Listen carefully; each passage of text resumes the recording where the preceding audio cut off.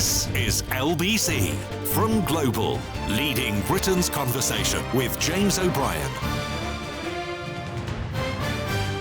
Good morning, it's 3 minutes after 10 and you are listening to James O'Brien on LBC, the first Thursday of the new year, so Mystery Hour, all being well, will be upon us at 12, with the added bonus, of course, that many of you will have enjoyed playing the board game over the Christmas period, possibly even found it under your tree on Christmas morning, which I don't know if it adds a new dimension, actually, to the radio programme, but hey-ho. There's also an interesting story that I'm minded to talk about in the second hour, about school children no longer having to do any writing. They can type everything. You know how much I like stories about change, especially the ones where at first glance you sort of go, well, that's absolutely bloody ridiculous. How could and then at second glance you go, yeah, okay. So I wonder, will we miss anything if as seems likely, handwriting finds itself becoming extinct in the coming years? But we begin in the deep end, the deepest of the deep end. We begin with the unfolding situation in Gaza. And a conversation that I've known we were going to have now for some time, but I really didn't want to have it. I wanted to be wrong. I wanted to find some comfort or confidence in the idea that the Israeli government is not embarked upon the de facto destruction of the entire Gaza Strip, with little concern about how many people, well, no concern at all about how many people will be displaced during that process, and little evident concern about how many people will die. It's extraordinary when you think about it, that the death toll now is well past the 20,000 mark, with just under half of those people being children. Half of those people being children, and yet we are not we have not given it a fraction of the coverage that we did to the carnage in Ukraine or the carnage in Syria. And when I say we, I mean the British media, which at one extreme today, on the front page of the Daily Telegraph, quite extraordinarily, they consider it to be more newsworthy that the former Prime Minister, the disgraced former Prime Minister, Boris Johnson, has complained about the Metropolitan Police inviting people passing through this country with any alleged evidence or evidence of alleged war crimes in Gaza to talk to them. Remember, there are British citizens caught up in the catastrophe in Gaza. We spoke to one of them yesterday, a dual citizenship scientist up in Manchester. And yet Boris Johnson and the Daily Telegraph combined to complain about an investigation into alleged war crimes that would involve presumably a dozen officers. While over 20,000 human beings are dead, nearly half of them children. So there's an almost unbelievable imbalance there, an almost unbelievable imbalance. And the reluctance to talk about it comes from the bleakness of the conclusion to which one is led. That conclusion there, that the policy, the intent is to destroy the entire territory and quite possibly render it uninhabitable for generations to come. Two things have happened in the last 24 hours that make it, I think, impossible to avoid that conclusion. The first is a warning from Western leaders against explicit Israeli plans to resettle hundreds of thousands of Gazans in the Democratic Republic of Congo. So one report has suggested that there have been secret talks to send displaced people there. Some Israeli officials, including far-right, and that phrase isn't even controversial, members of government, far-right ministers, have been publicly advocating for the resettlement of Gazans. I don't know what definition of ethnic cleansing you work under or the relevant institutions here work under, but if you take an entire people from their homes and relocate them to a far-off land, a far-off territory, then that's pretty close, I would have thought, to most people's definition of ethnic cleansing. The West has expressed concern about these supposed plans. The rhetoric, they say, is inflammatory and irresponsible. The African nation is 2,500 miles from Gaza, and the way that the story has been picked up on the Times of Israel's Hebrew site, which is called Zman Yisrael, suggests that senior sources believe that the talks have unfolded. They call it the voluntary migration of Gazans to other countries. But how voluntary would it be if the alternative is a hellscape? A hellscape. 8 minutes after 10 is the time. The second thing that happened on LBC last night, and I don't know if you heard it. It was heartbreaking, actually, because anyone who has feared from, I think it was about a week to 10 days, wasn't it, into the assault. The first week, the case for Israel's necessity, let alone right, to respond robustly, whatever that means, to the terror attack of October the 7th was watertight. Nobody could argue they must, turn the other cheek, as the New Testament would teach. Nobody could argue that. And yet after about a week to 10 days, the sense that something truly horrific had been unleashed was becoming, I think, unavoidable. But you could still argue the toss. You could still cling to the hope that there would be some sort of proportionality attached. The idea that they wanted, or that the plan was to raise the entire territory to the ground, regardless of the consequences in terms of displacements and death, was too horrible to contemplate. So we sort of tied ourselves in semantic knots for a while, condemning it but not calling for a ceasefire in the case of both governments and the Labour Party, although America and the United Kingdom ended up in a tiny international minority on that front. Again, evidence perhaps that we are being shown this bombardment. We're being shown this catastrophic undertaking through a very distorted lens in the United Kingdom and the United States, because the argument, I think, has become absolutely uncontestable. The Israeli government wants to raze Gaza to the ground. And I say that because I think that the ambassador to the United Kingdom, the Israeli ambassador to the United Kingdom, essentially told Ian Dale, my colleague Ian Dale, that last night. I don't know if you caught this program, but she, it's Zippy Hotovelli, speaking to Ian Dale last night, as far as I can tell, and I don't know if I'm using the wrong dictionary, she kind of said it out loud. One of the things we realised that every school, every mosque, every second house has an access to tunnel. So this is, and of course ammunition. But that's an argument for destroying the whole of Gaza, every single building in it. So do you have another solution how to destroy the underground tunnel city, that this is the place where the terrorists hide, where they have all their ammunition, and this is the rockets that are still fired on Israeli cities? You know how Israel started its new year? We didn't have fireworks. We had rockets instead of fireworks. And I think you have to point out, to the best of my knowledge, very few or no casualties as a consequence of those attacks, while the death toll of Palestinian people in the Gaza Strip smashed through the 20,000 barrier. I'm going to play that to you again, because I think that is the Israeli ambassador to the United Kingdom essentially saying, we are, and there's no evidence that every second house, every school, every hospital has access to tunnels. But even if it did, could you imagine the British government going into Belfast, the British army going into Belfast and blowing up every house on the grounds that the neighbours might have been Republican terrorists, or that there might have been IRA men hiding in the cellar? So they're going to blow up every house, every hospital, every school, destroy the entire Catholic neighbourhoods of Northern Ireland because of terror attacks on the UK mainland or in Ireland? No, of course you couldn't. So listen to this again, and then we'll talk about what we think we've heard. One of the things we realised that every school, every mosque, every second house has an access to tunnel. So this is, and of course ammunition. But that's an argument for destroying the whole of Gaza, every single building in it. So do you have another solution how to destroy the underground tunnel city, that this is the place where the terrorists hide, where they have all their ammunition, and this is the rockets that are still fired on Israeli cities?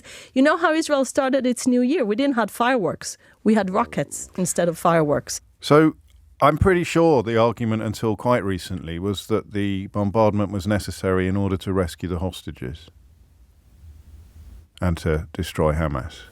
But of course, anywhere a terrorist could be hiding, a hostage could be held. So not only is she essentially explicitly stating the ambition to destroy the entire territory, to render the entire territory uninhabitable, she is perhaps accidentally completely abandoning any pretense that anybody cares a jot about rescuing hostages. And this is the point, I think, at which the debate, if it is a debate, is almost over.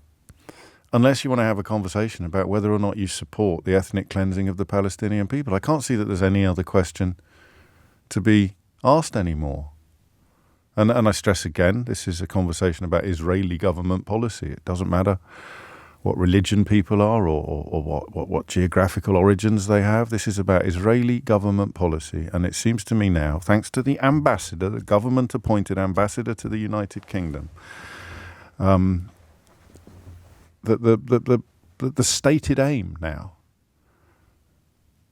is to raise the entire territory to the ground. And from where I'm sitting,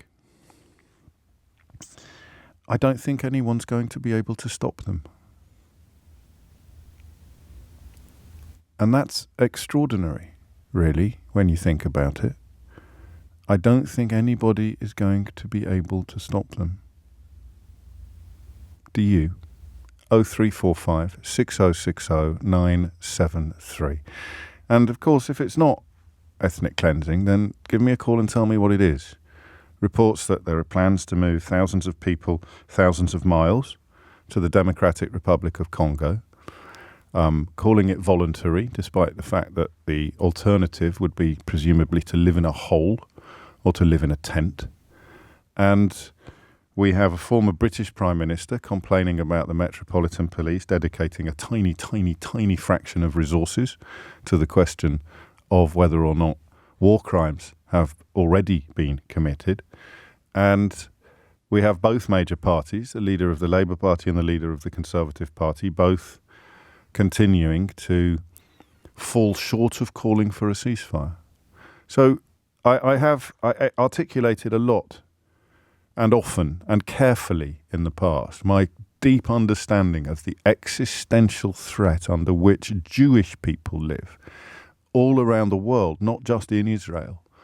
And I make no apology for reminding you of that and for returning to that territory. Whenever we address this issue, it is, in my opinion, a historically unique condition to have been target of Holocaust within shared memory. The generational trauma that delivers is absolutely inconceivable if you have not lived through it. But it cannot justify what is now happening in Gaza. It simply cannot. And that, I think, is why the words from the ambassador, Zippy Hotovely, were so chilling on Ian Dale's programme last night. Because the people who are actually prepared to say out loud what everybody now knows is happening sound absolutely horrendous. What else can we do but blow up the entire territory, render the entire land uninhabitable? I wonder whether I can ask the question of whether or not you support this. But I'm not sure I can, because I'm not sure I could bear to talk to you. The absolute destruction of an entire territory, the displacement of millions of people, the killing of thousands, the death toll of children alone should be enough to focus the mind of any person. And yet here we are. Here we are listening to the ambassador, the Israeli ambassador in London, justifying what has to be ethnic cleansing, doesn't it? What else could we call it? Well, I'll play it to you one more time and then I'll open up the phone lines. One of the things we realised that every school, every mosque, every second house has an access to tunnel. So this is, and of course, ammunition. But that's an argument for destroying the whole of Gaza, every single building in it. So do you have another solution how to destroy the underground tunnel city, that this is the place where the terrorists hide, where they have all their ammunition, and this is the rockets that are still fired on Israeli cities? You know how Israel started its new year? We didn't have fireworks. We had rockets instead of fireworks. So there it is. We're listening to a woman justify the destruction of every school, every hospital, every home, every building in the Gaza Strip. And people who were cautiously supportive of Israel's retaliation, Israel's response to the October 7th terror attack, clung desperately to the notion that it would be proportionate, that it would be designed to rescue hostages, and that it would be carefully calibrated to focus upon Hamas members, that there wouldn't be, if you like, collective punishment or unjustifiable civilian casualties. And here we are. James O'Brien on LBC. James O'Brien on LBC. 21 minutes after 10 is the time. I suppose there's some room to examine whether or not my reading of those words from the Israeli ambassador is correct when Ian Dale says to her, but that would involve destroying the whole of Gaza. And she says, well, what else could you do? Is she saying, yes, that's the plan? I think she is. I don't like the semantic debates. I don't think the word genocide is appropriate, but my goodness me, the word ethnic cleansing, or the words ethnic cleansing, certainly seem to be, don't they? I'll read you this from Sue in Ilford, because she's been listening to the same radio programme that you have. You are an absolutely disgusting anti-Semitic animal.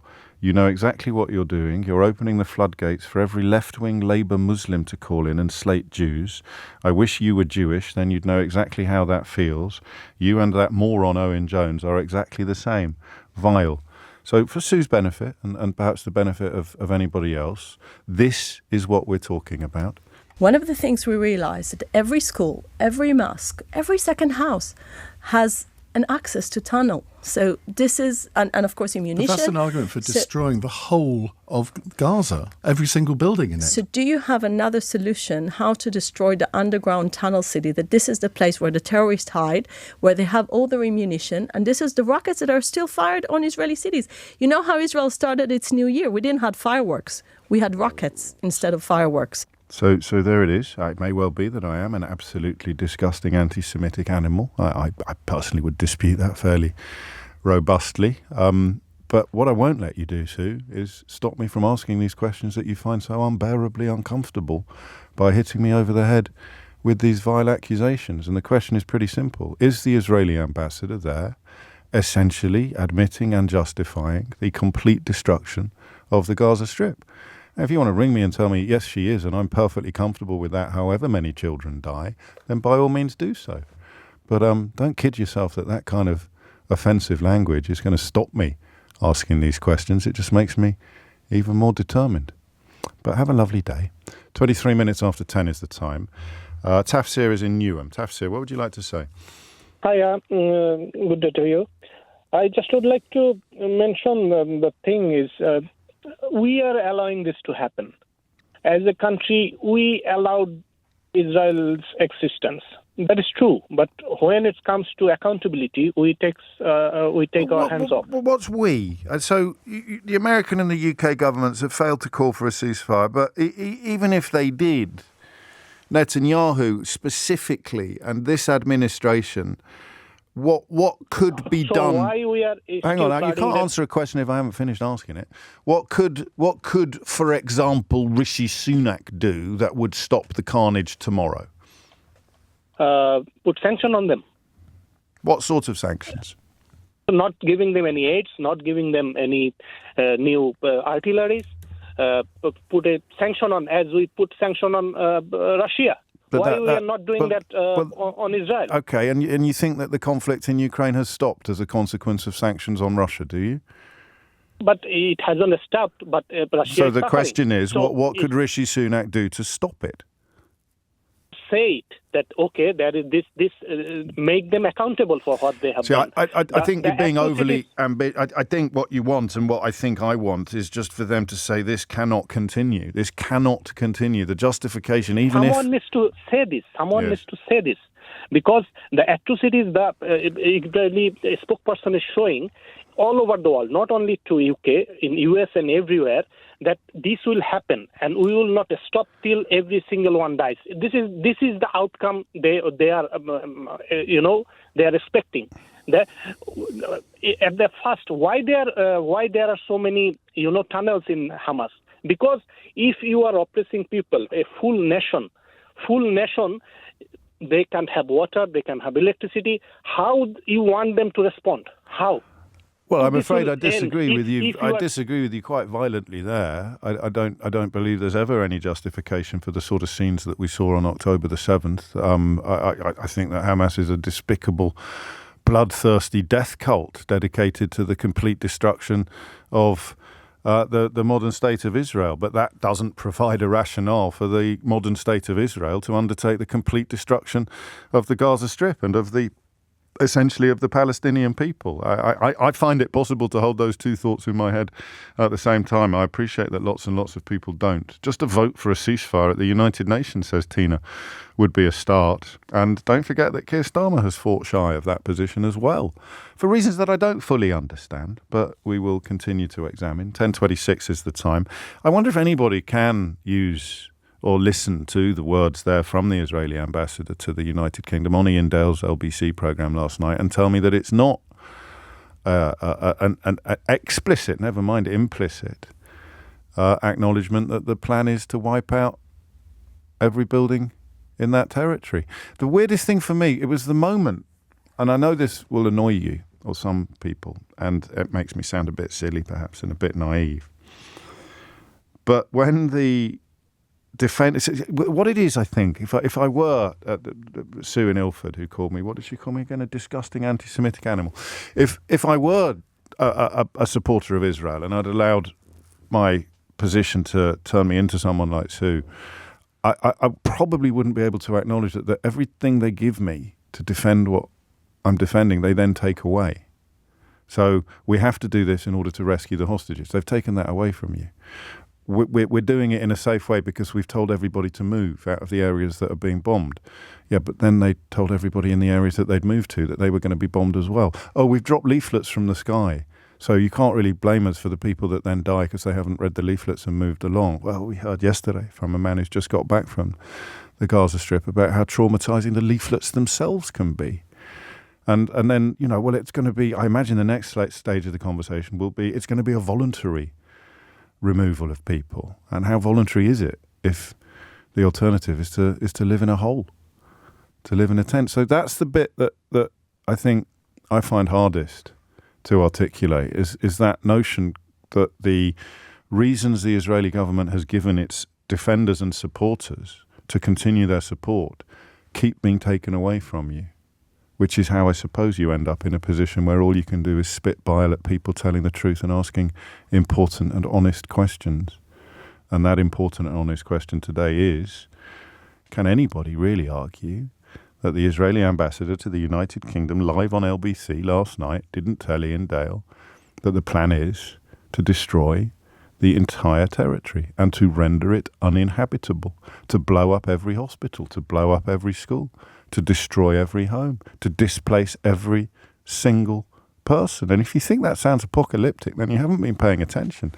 Because if that is the project, and I can't at the moment conceive of any compelling argument against the conclusion that that is the plan, it's already very, very, very well underway.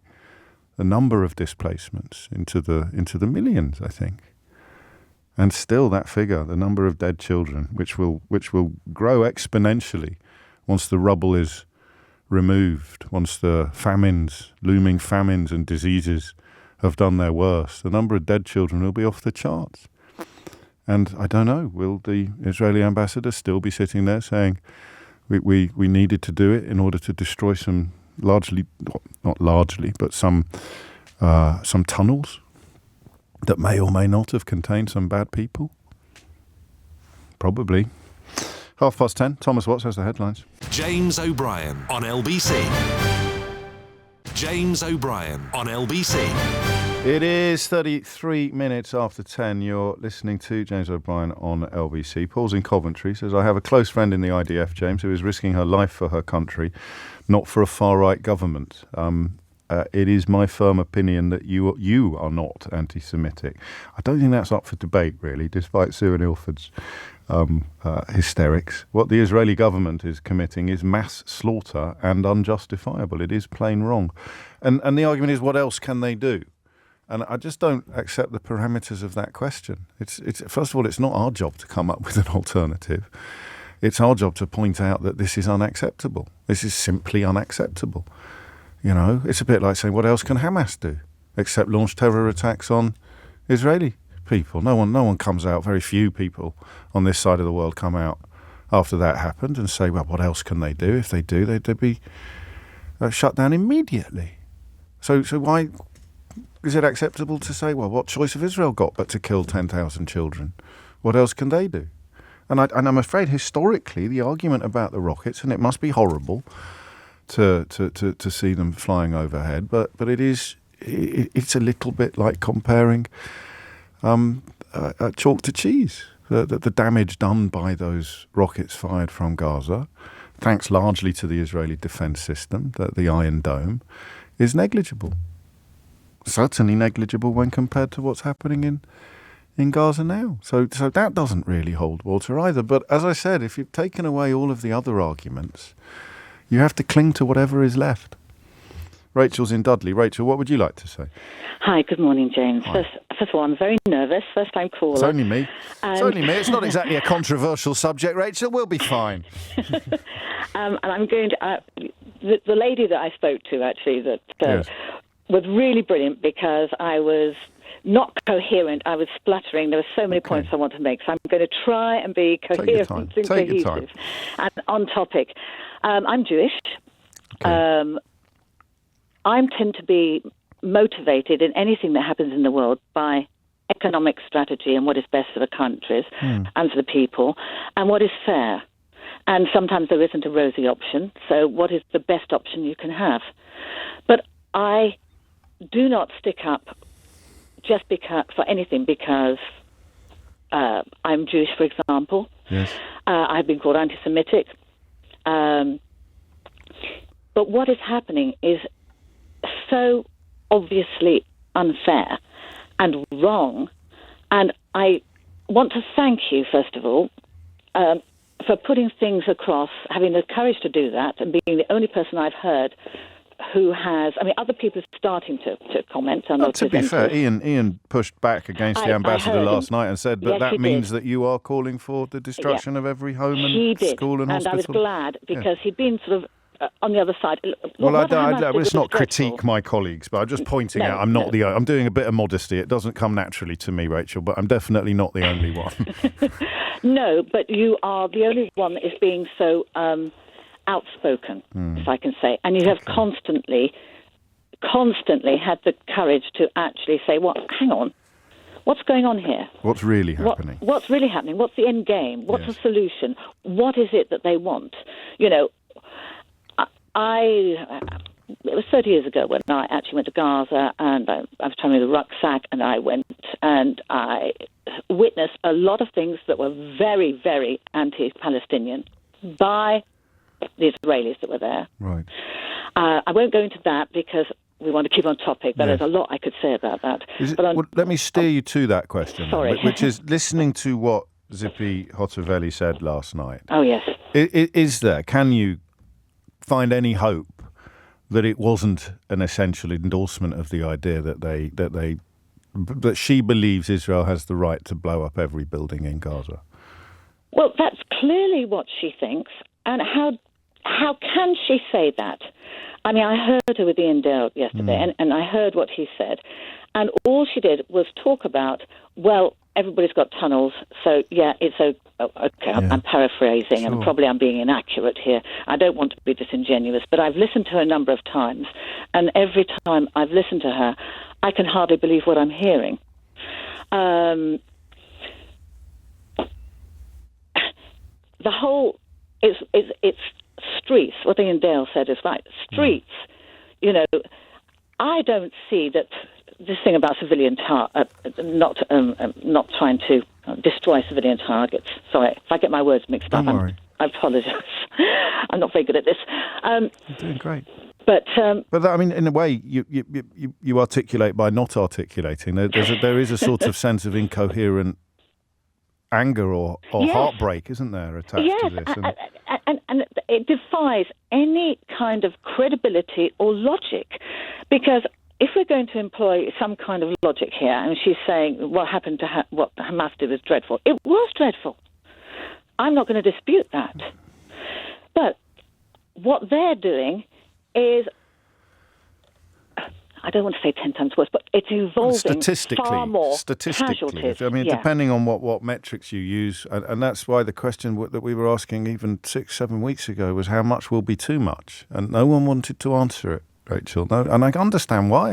How much will be too much. And the subtext of that failure to answer that question was that nothing will be too much. And I think that's where the ambassador went last night. There is no too much. There is no response that would be too much. And some people believe that. Thank you, Rachel. Kevin's been in touch. He says, you suggested that the objective of the IDF is to destroy some tunnels that may contain weapons. I didn't. I said that may contain bad people. Some of the tunnels will, Kevin. Some of the tunnels won't. The ambassador's rationale for blowing up every building in Gaza is the number of tunnels that do. But Kevin's not happy. He says, this is an insult. There are hundreds of miles of tunnels housing hundreds of terrorists and arms. Your statement is a disgrace. So we're talking about 10,000 dead children, and you're worried about my words, which you also misheard and misrepresented. You've got to give your head a wobble at some point, mate. You've got to. My statement is a disgrace. But the Israeli ambassador essentially justifying the destruction of every hospital, school and home in Gaza. You're cool with that, pal? Just think about it for a minute, for a hot minute. Asim's in Bradford. Asim, what would you like to say? Hi, James. Good morning. Thanks for having me. So prior to Zippy Hotiveli saying what she said last night, she also said a similar thing to some extent. I think it was with Ian again prior to Christmas, where she said she didn't essentially believe in the two-state solution. So I think she planted the seed for what she was going to do, and essentially they build up the rhetoric for the essential ethnic cleansing of Gaza. And I suspect they'll probably potentially do the same in the West Bank. I was so upset, essentially. I was thinking, what else can we do in this country? We can put pressure on politicians, but they seem somewhat scared to say anything against the Israeli government. So I started a petition, which is on change.org, and that was prior to Christmas. So we've had nearly 60,000 signatories, essentially wanted to expel the Israeli ambassador. And is that something we can do to show the Israeli government that we are not in agreement with the destruction of Gaza and the murder and killing of... Quite presumptuous, isn't it? Because it doesn't seem to me that Rishi Sunak has taken the stand, and to a lesser extent, Keir Starmer. Yeah, no. I mean, your petition notwithstanding, the UK government's position still looks quite supportive to me. It does, and that is what's so horrifying, I think, to the majority of the population in this country. Now, you'll ask me about statistics. We know right at the start of this that there was the majority of the UK population agreed to have a ceasefire. So I think it was like 3/4 or 80%, something like that. And I suspect if you did the same now, that would be even higher. But yet, the people in government and people in opposition are scared to even say the words, this is unacceptable. And it's so disheartening and upsetting for myself, for the population, for healthcare professionals, for journalists who've been killed in Gaza, nearly 100 now, I think. Yes. And I want to bring up one other point about the media. We get, as you mentioned in your introduction, James, we get a somewhat kind of polished version. We have speakers and spokespeople like Eilon Levy. We have Mark Ragev coming on. The rest of the world gets an unfiltered version of what's happening in Gaza, James. It is horrendous. You can find it on channels like Al Jazeera, for example. Well, I'm interested, and I do. I mean, what I don't understand, and what I can't get my head around, I don't know what the solution is to the commentary, if you like, the balance in commentary, because you can't. No one's going to call for senior members of Hamas to be treated with the same regard as senior members of the Israeli government, but no one really speaks for the Palestinian civilian, do they? But you're referring, I think, more to film, more to footage, more to actual proper pictures of the destruction being broadcast in the same way that we may have seen pictures of what was happening in Syria or what has happened in Ukraine or what has happened in Yemen. We don't seem to be seeing the pictures of what has been happening in Gaza in this country in quite the same way. Yes, absolutely, in this country, but the rest of the world is seeing it unfiltered. Which explains the United Nations votes, perhaps, doesn't it? Absolutely. UK abstained in this latest vote, the US, I'm really worrying about what the future holds, whether it's with regards. What do you think the future does hold? Because I'm going to say this. I think I've already said it, but I don't think it is going to stop. I think Gaza is going to be razed to the ground, and I think that the Palestinian people are going to be relocated. I think that they're going to be cleansed. The thing is, the resilience of the Palestinian people for the last 75 years is unheard of, and I can almost guarantee that you will not beat that resilience, no matter how much you bomb civilians. If a significant part of the population is in the Democratic Republic of Congo, what does resilience mean then? Yeah, I think that the solution here has to be the people who are funding the Israeli government, i.e. Americans, for them to say, enough is enough.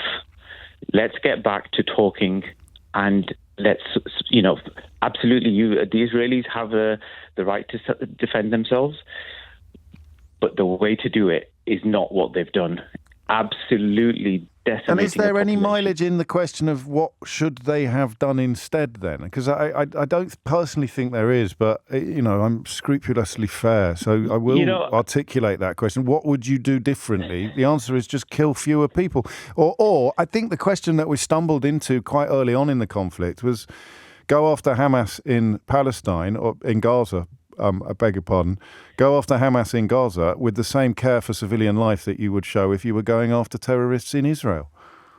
Absolutely. And I think, was it last night or the day before, where they managed to kill Hamas, a political leader of the political in Lebanon. I think they'd had a targeted attack on a building. And I think they got like a sort of surgical strike, and a lot of people drew that comparison. Actually, Asim, a lot of people wondered why similar levels of technological nous couldn't have been deployed in the pursuit of fighters in Gaza, terrorists in Gaza. Richard Millett has tweeted, another day, another anti-Israel blood libel from @Mr. James O.B. So again, you've been listening to the same 40-odd minutes of radio, and I presume you haven't heard any anti-Israel blood libels from me. I'm not sure Richard Millett knows what that phrase even means. But he goes on, quoting 20,000 Palestinians dead in Gaza and half of them children. Obviously, Israel has killed no Hamas, even though the IDF has lost nearly 200 soldiers.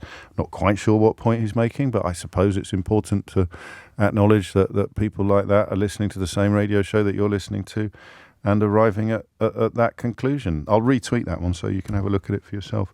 It's 10:47. James O'Brien on LBC. James O'Brien on LBC. It's 10:50. You're listening to James O'Brien on LBC. Can you get one of those people on, James? Says James. Or do they not call in? They don't call in. This chap Richard Millett on Twitter and Sue in Ilford are calling me an anti-Semitic animal. You can't ring in now because you would have to say, I support the complete destruction of Gaza. That's where the Israeli ambassador has left you. So instead, because you're not, and I think this speaks to your credit, actually, both of you and anyone else sending in similar messages, it's to your credit that you're not prepared to say that out loud, even though the ambassador is, because there is still some part of you that understands how awful that is, how reprehensible that is.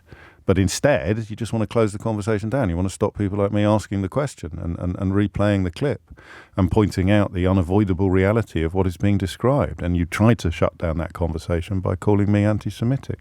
I know it must be incredibly frustrating that I just understand it so well. But I'm not going to apologise for that. It's taken me years to get my head around these issues properly. And that's why I repeat again and again the absolute essential understanding of the generational trauma, the existential threat under which Jewish people live. You can't get to the point where I understand where you're coming from when you call me anti-Semitic, unless you also understand the very, very real and I think historically unique situation of Jewish persecution. The history of pogrom, the history of Holocaust takes you to a place where anything is justifiable in perceived self-defense. But it doesn't mean you're right. It just means I understand you. 10:52 is the time. Have a listen to this as well. This is also from last night's appearance on LBC by the Israeli ambassador, Zipi Hotovely. I'll let you make your own conclusions. Well, I'm afraid that the result is that Hamas was the one who destroyed the future of the Palestinians in the Gaza Strip. And it's a shame you cannot understand that this terror organization basically destroyed the Gaza Strip. So there it is. I mean, again, speaking, one presumes, with the full support of Benjamin Netanyahu, but essentially admitting that they're going to destroy the entire Gaza Strip, albeit that they will say that Hamas did it somehow, or that it was Hamas's fault, or it was Hamas's responsibility. The pretense that this would be a proportional and targeted response against Hamas terrorists has completely disappeared. And yet the people who argued this will be a proportionate response and targeted response against Hamas terrorists, not least because we need to rescue the hostages, you're still defending what's happening, despite the fact that it's now the thing that you insisted wasn't happening when you started defending it. This, I think, is even more chilling, perhaps, than the words about homes, hospitals and schools.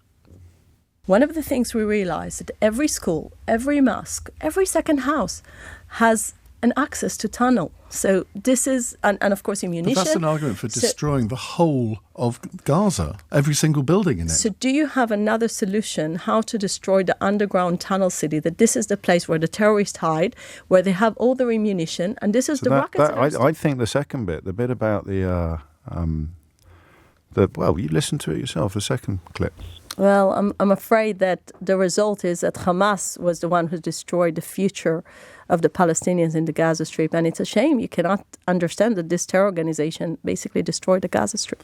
So they're going to destroy the Gaza Strip. And they're going to say that it was Hamas's fault, which is, intellectually comprehensible. You can get your head around that. We can understand it. But when it began, everybody who supported everything that Israel did said that that wasn't going to happen. And now the ambassador is saying it is. So how can you still be supportive of it? Joe's in Birmingham. Joe, what would you like to say?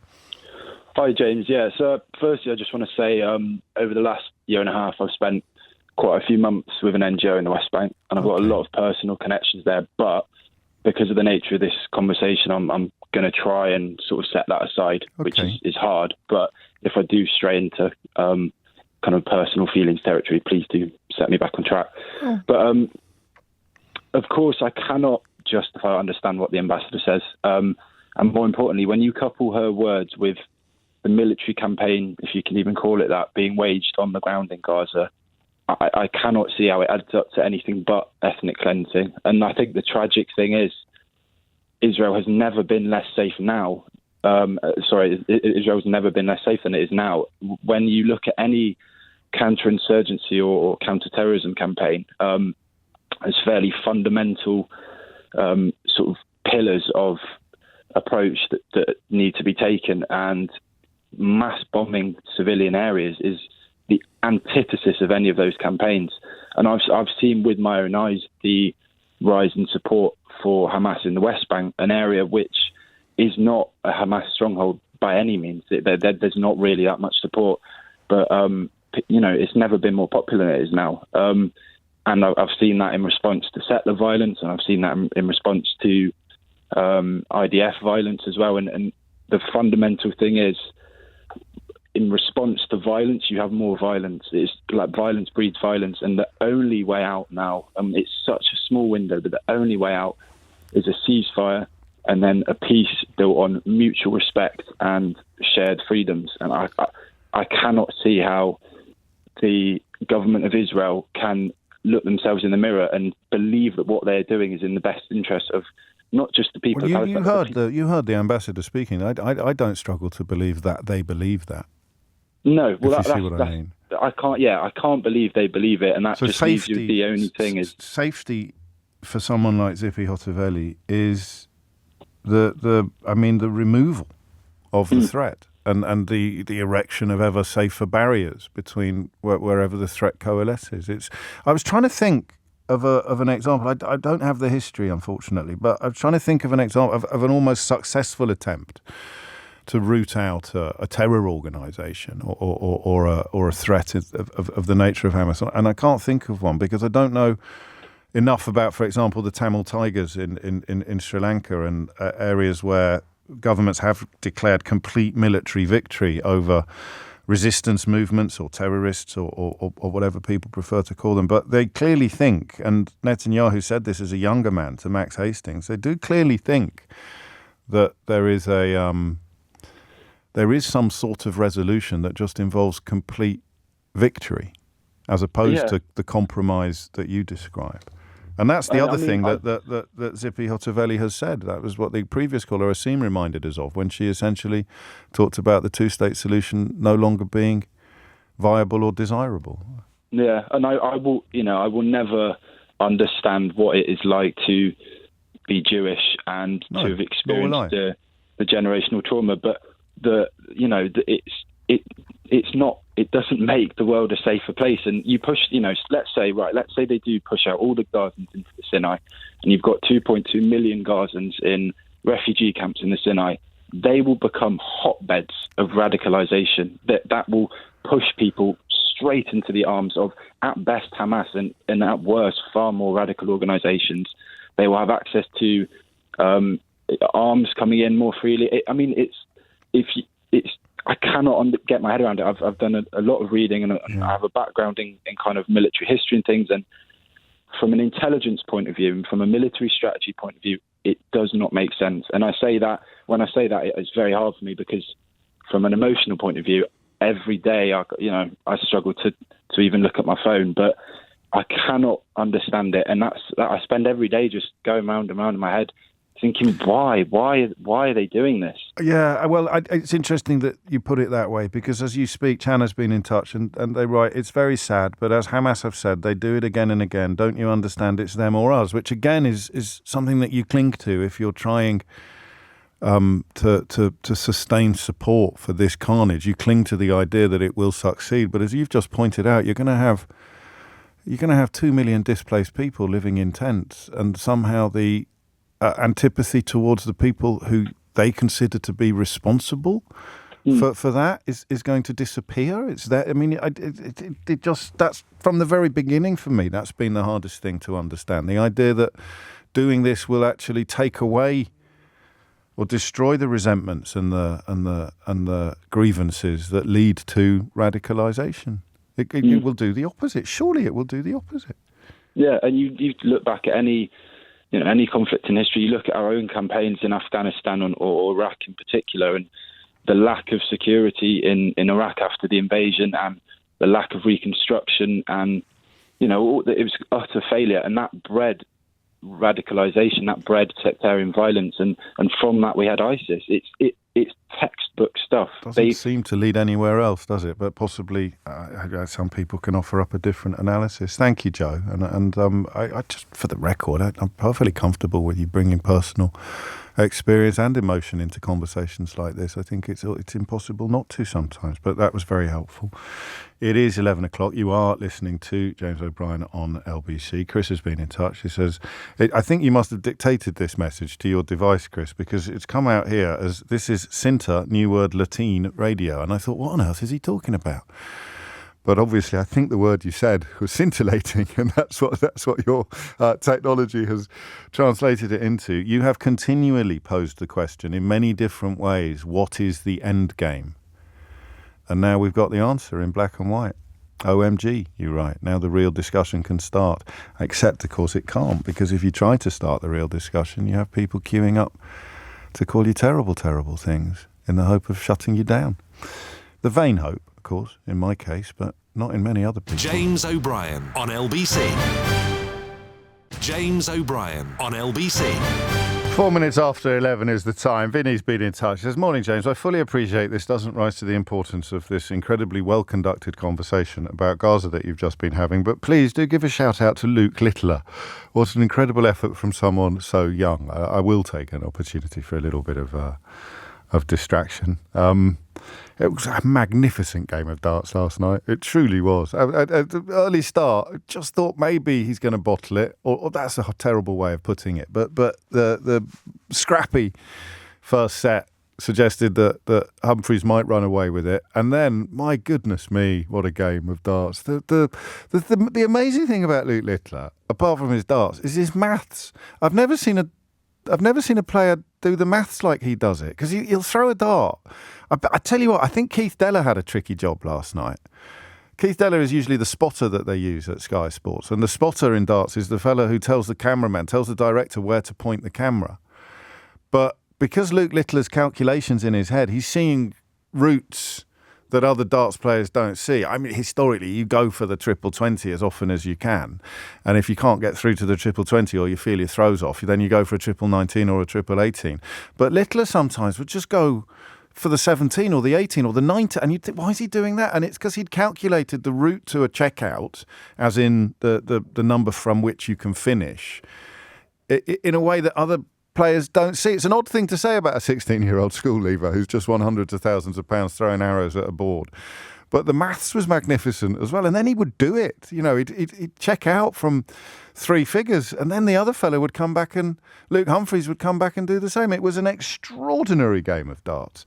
And I mean, so much so that I did almost find myself, do you ever do that where you think, well, I can't believe all these Johnny-come-latelys, all these people jumping on the bandwagon. The number of people in the media who suddenly got interested in darts because a 16-year-old lad had got to the final was extraordinary. And it's great. It was just me being silly going, well, they never talk about the darts normally.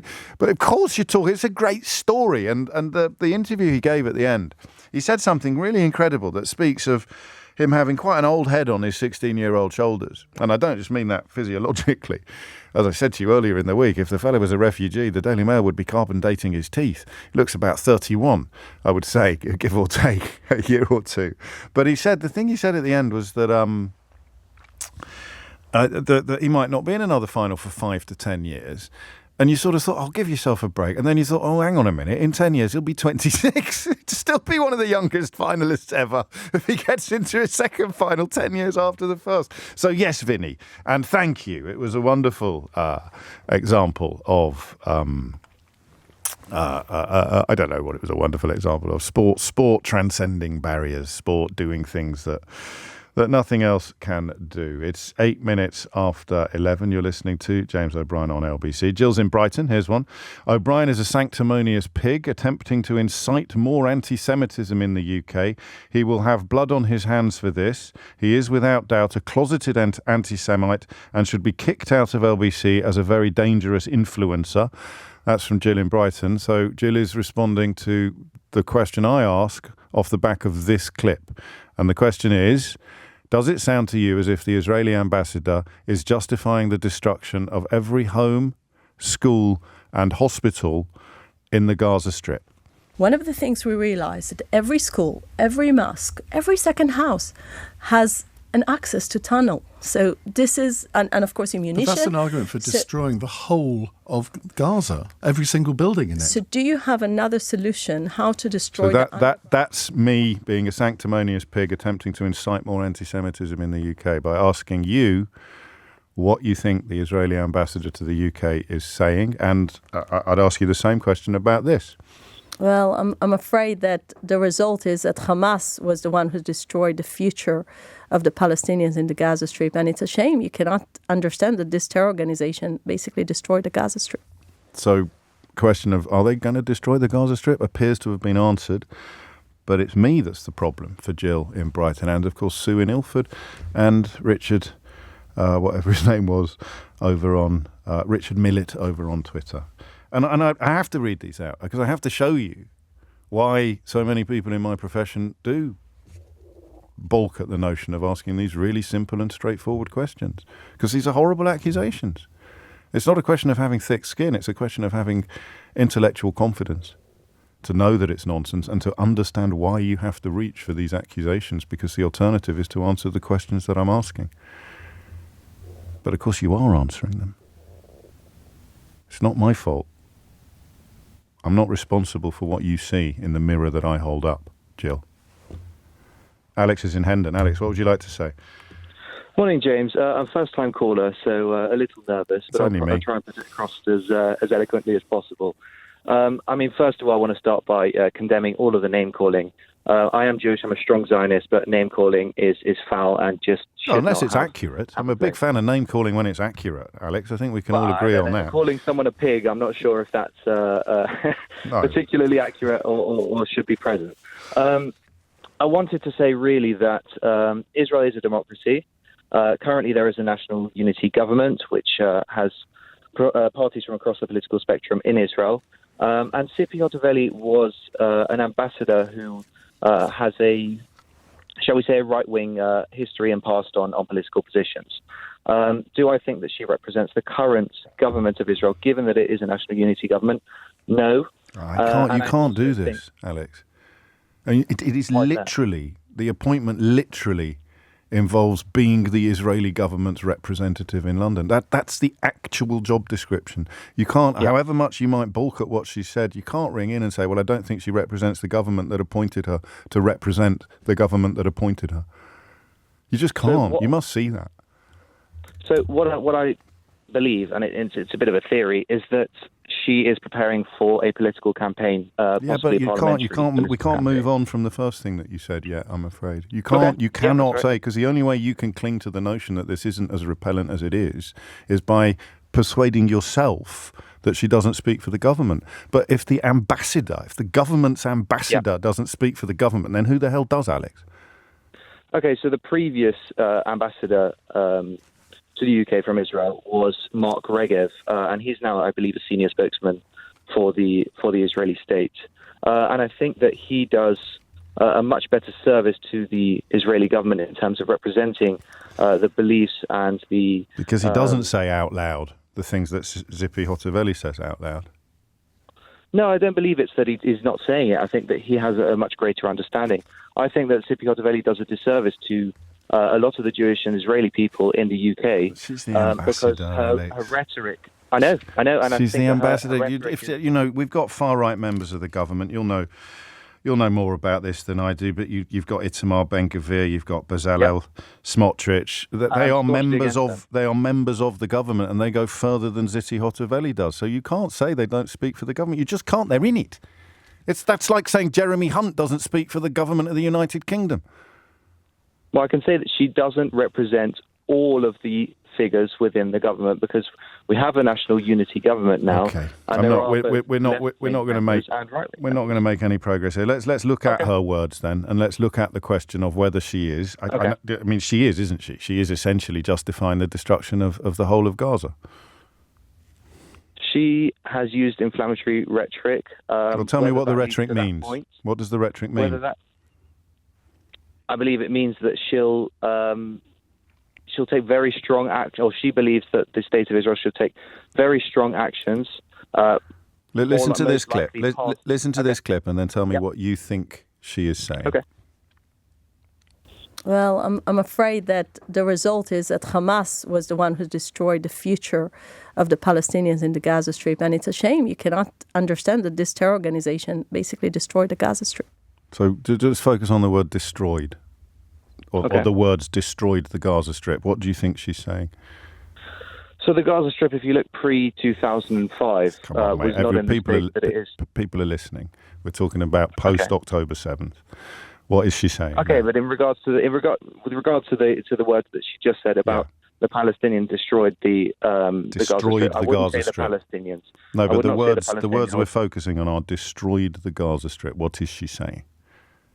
Okay, so I believe she's saying, and I'm not her, so I can't really speak for exactly what she said. Yes, but what I believe, we know what the word destroyed means. We know what the words Gaza Strip means. We put them together, and what do we get?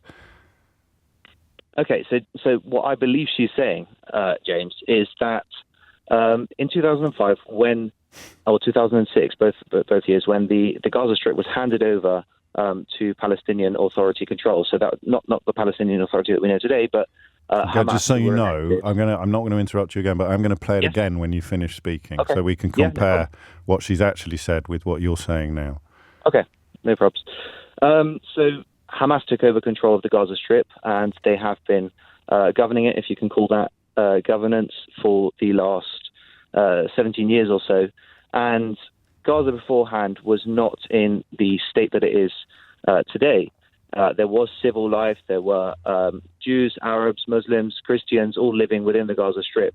And whilst it was, in a sense, I'm sure, a melting pot of different cultures and different groups within the society, it wasn't in the position that it is in today. As soon as Hamas, when you say the position it is in today, unless I'm misunderstanding you, you're not talking about the destruction of huge swathes of the territory. You're talking about governance. I'll come to that. Well, you won't, because we're going to run out of time, and I am going to play the clip again. But you think that she's talking about the poor governance that Hamas has brought in prior to the... describe it more strongly than poor governments using international aid. So then what about this bit then? Well, I'm afraid that the result is that Hamas was the one who destroyed the future of the Palestinians in the Gaza Strip, and it's a shame you cannot understand that this. And this one. One of the things we realized that every school, every mosque, every second house has an access to tunnel. So this is, and of course ammunition. But that's an argument for destroying the whole of Gaza, every single building in it. So do you have I think another Ian's solution? done a better job than me there. So Ian is saying this is an argument for destroying every building in Gaza, and you're saying no, it isn't. No, that's not what I'm saying. Quite possibly that's what she... Why do you have to say quite possibly? What else could she possibly be saying? Why the reluctance, Alex? Just genuinely, in your own words, why are you so reluctant to say what is so obvious? Because as someone who has visited Israel, who's been to Kfar Aza, who's even been to places like Ramallah and spoken to Fatah officials, I'd like to have an idea that I have a well-rounded knowledge of the conflict, of the situation. So why are you so reluctant to say what is so obvious? She couldn't have been any clearer. She didn't even deny it. Ian Dale says that would involve the complete destruction of Gaza, and she essentially goes, "Yep." Why do you struggle to just describe what everyone else is listening to? Well, look, I think she is highly inflammatory and in some cases extreme individual. And possibly that is what she's saying. But why the possibly? Why can't you just say she's clearly calling, or at least justifying the putative destruction of the entire territory? Because she just is, mate. Well, I wouldn't say the entire territory. I think that every school, every hospital, every home. What would that leave? If that is indeed what she's calling for, well, let's listen to it again. Then let's listen to that first clip again. Every school, every mosque, every second house has an access to tunnel. So this is, and of course ammunition. But that's an argument for destroying the whole of Gaza. So what else could she possibly be saying? I believe she is saying something very extreme, and she's the ambassador. She's the ambassador for the Israeli government, a government that contains Itamar Ben-Gvir and Bezalel Smotrich, who've gone even further than her. Yeah, that's very true. But the good thing about Israel is it is a democracy, and I'd like to think, and protests in Israel will perhaps demonstrate this, is that at the next election we won't be seeing more of Itamar Ben-Gvir and Bezalel Smotrich, because they again do a disservice to peace in the Middle East and to Jews and Israelis in the diaspora as well, because every time that something inflammatory like this is said, it is Jews and Israelis on the street that actually feel the pinch, because there's been a remarkable increase in anti-Semitism. I join you in that hope, but obviously I have to remind you began by saying that for Zippy Hotovely, she thinks that this is an effective way of launching a political career back in Israel, which she believes so. Yes, which sucks some of the optimism out of our shared hope that this kind of politics will be on the wane in Israel at the next election, doesn't it? Well, at the same time, you look at Reform UK over here, and they believe that they're going to have a strong chance of doing well in this next election. Well, there's a twist I wasn't expecting, Alex. So everyone really believes that they can do very well. You wouldn't really launch. Well, a political career they say unless there's a chance. difference between truly believing and of course saying out loud that you can do very well. But fair play for taking me by surprise at the end there with that parallel. Alex, take care and thank you for your thoughtful contribution. It's 11:20. James O'Brien on LBC.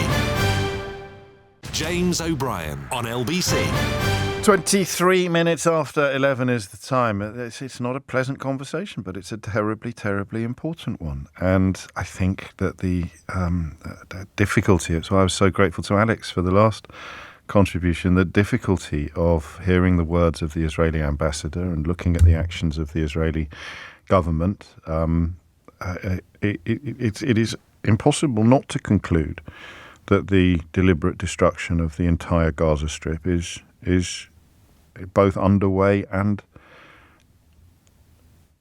policy, for want of a better word. But if you think you can unpick that conclusion, I will bite your proverbial arm off. First, though, Henry Riley is here because Keir Starmer has been giving quite an important speech this morning. I mean, every speech he gives now is sort of perceived as a moment, isn't it, in the package upon which, the platform upon which the next election, whenever it actually happens, will be fought. Well, totally agree. I think this is particularly significant because by the end of this year, we will know if he will be the Prime Minister or not. I think the election seemed pretty distant for some time, whereas now, because it is this year, we've had that confirmed by the Prime Minister, it does feel like there's a realistic possibility, if the polls are to be believed, he will be the Prime Minister by the end of the year. It was almost a carbon copy of last year, James. It was Sir Keir Starmer not wearing a suit, he was just wearing a shirt, sleeves rolled up. He was surrounded last year by big sort of robots. This year it was big aeroplane wings. And he was, very sort of industrial message from Sir Keir Starmer, something he did touch on in the speech as well. And he started off by saying that politics shouldn't be a hobby and that for many people in Westminster, it clearly is. He says the public have a right to be anti-Westminster, said that Labour were up for the fight and an election was long overdue. There is one thing that we can be sure is coming this year, and I'm ready for it. The thought of millions of people right across our country putting a cross on that ballot paper. It's what we've been waiting for, preparing for, fighting for. A year of choice. A chance to change Britain. A clock that is ticking on this government.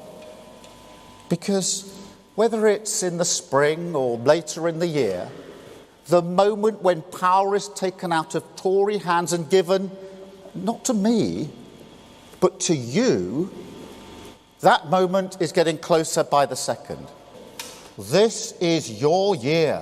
The slogan that he repeated on a few occasions was, "Let's get Britain's future back." The message is that this is the opportunity to decide Britain's future. He said it rests in your hands and it was time to turn the page on the Tory government. The power of the vote, the potential for national renewal, the chance finally to turn the page, lift the weight off our shoulders, unite as a country and get our future back. He also said that he'd hated his job for the last 4 years, hated being in opposition, but speaking directly to voters, he said it would have been worth it if people have held on to that flickering flame in their heart that things can get better. I will ask the British people to believe in it again. I will say, you're right to be anti-Westminster, right to be angry about what politics has become. But hold on to the flickering hope in your heart that things can be better. Because they can. You can choose it. You can choose the hope of national renewal, the responsibility of service, what politics can and should be. And you can reject the pointless populist gestures, the low-road cynicism that the Tories believe is all you deserve. Who do we think he's talking about when he talks about hobbies? When he talks about politicians who are in it for the hobbies or the sort of sermonising? I think he has a few names on his list, but I suspect it's those people who have perhaps risen up the ranks in a way that, with no clear direction, I would suggest. But not just in the opposition party to him, I think, perhaps yes. alluding to some people in his own party. Yes, I think so. Yeah. I think so. And I think that was very clear from the message. And actually, well, not currently in his own party. Formerly in his party, yeah. He wasn't talking about sort of the front bench. He did also say, forget Project Fear, there is now Project Hope. He urged people to believe in Britain, not Westminster. Now, the criticism, James, is, of course, well, these are great words. He's clearly improved in his oratory skills, Sir Keir Starmer, but where are the policies? Well, number one, Sir Keir Starmer said, the main thing he is keen to get to grips on is cleaning up Westminster. We need to clean up politics. No more VIP fast lanes. No more kickbacks for colleagues. No more revolving doors between government and the companies they regulate. I will restore standards in public life with a total crackdown on cronyism.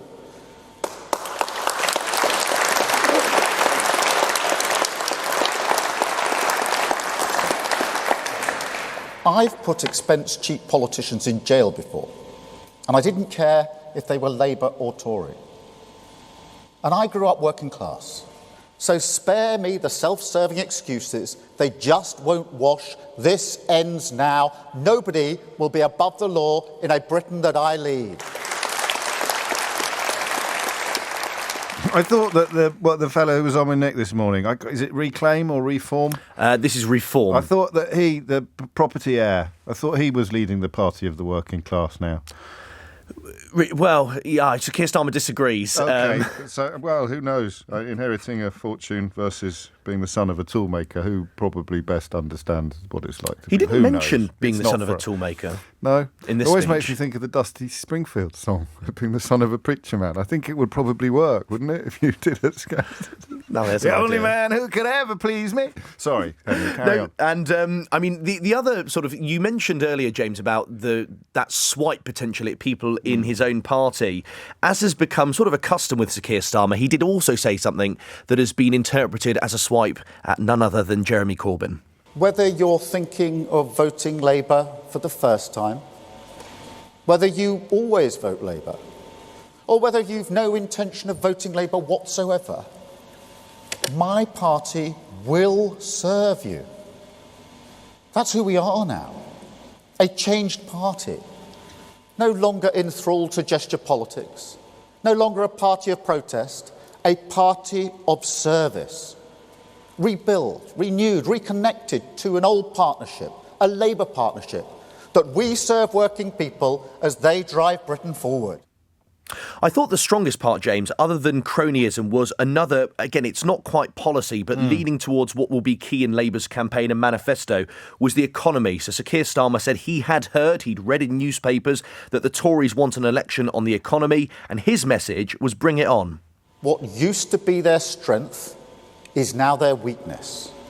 The so-called party of business, which now hates business, that boasts about tax cuts while raising taxes higher than at any time since the war. That claim, even now, to be the party of sound finance, but that crashed the economy and made you pay. They have nothing left on this anymore. Their credit rating is 0. And we have turned the tables. We don't just expect an election on the economy. We want an election on the economy. And we're ready for that fight, ready to close the book on the trickle-down nonsense once and for all.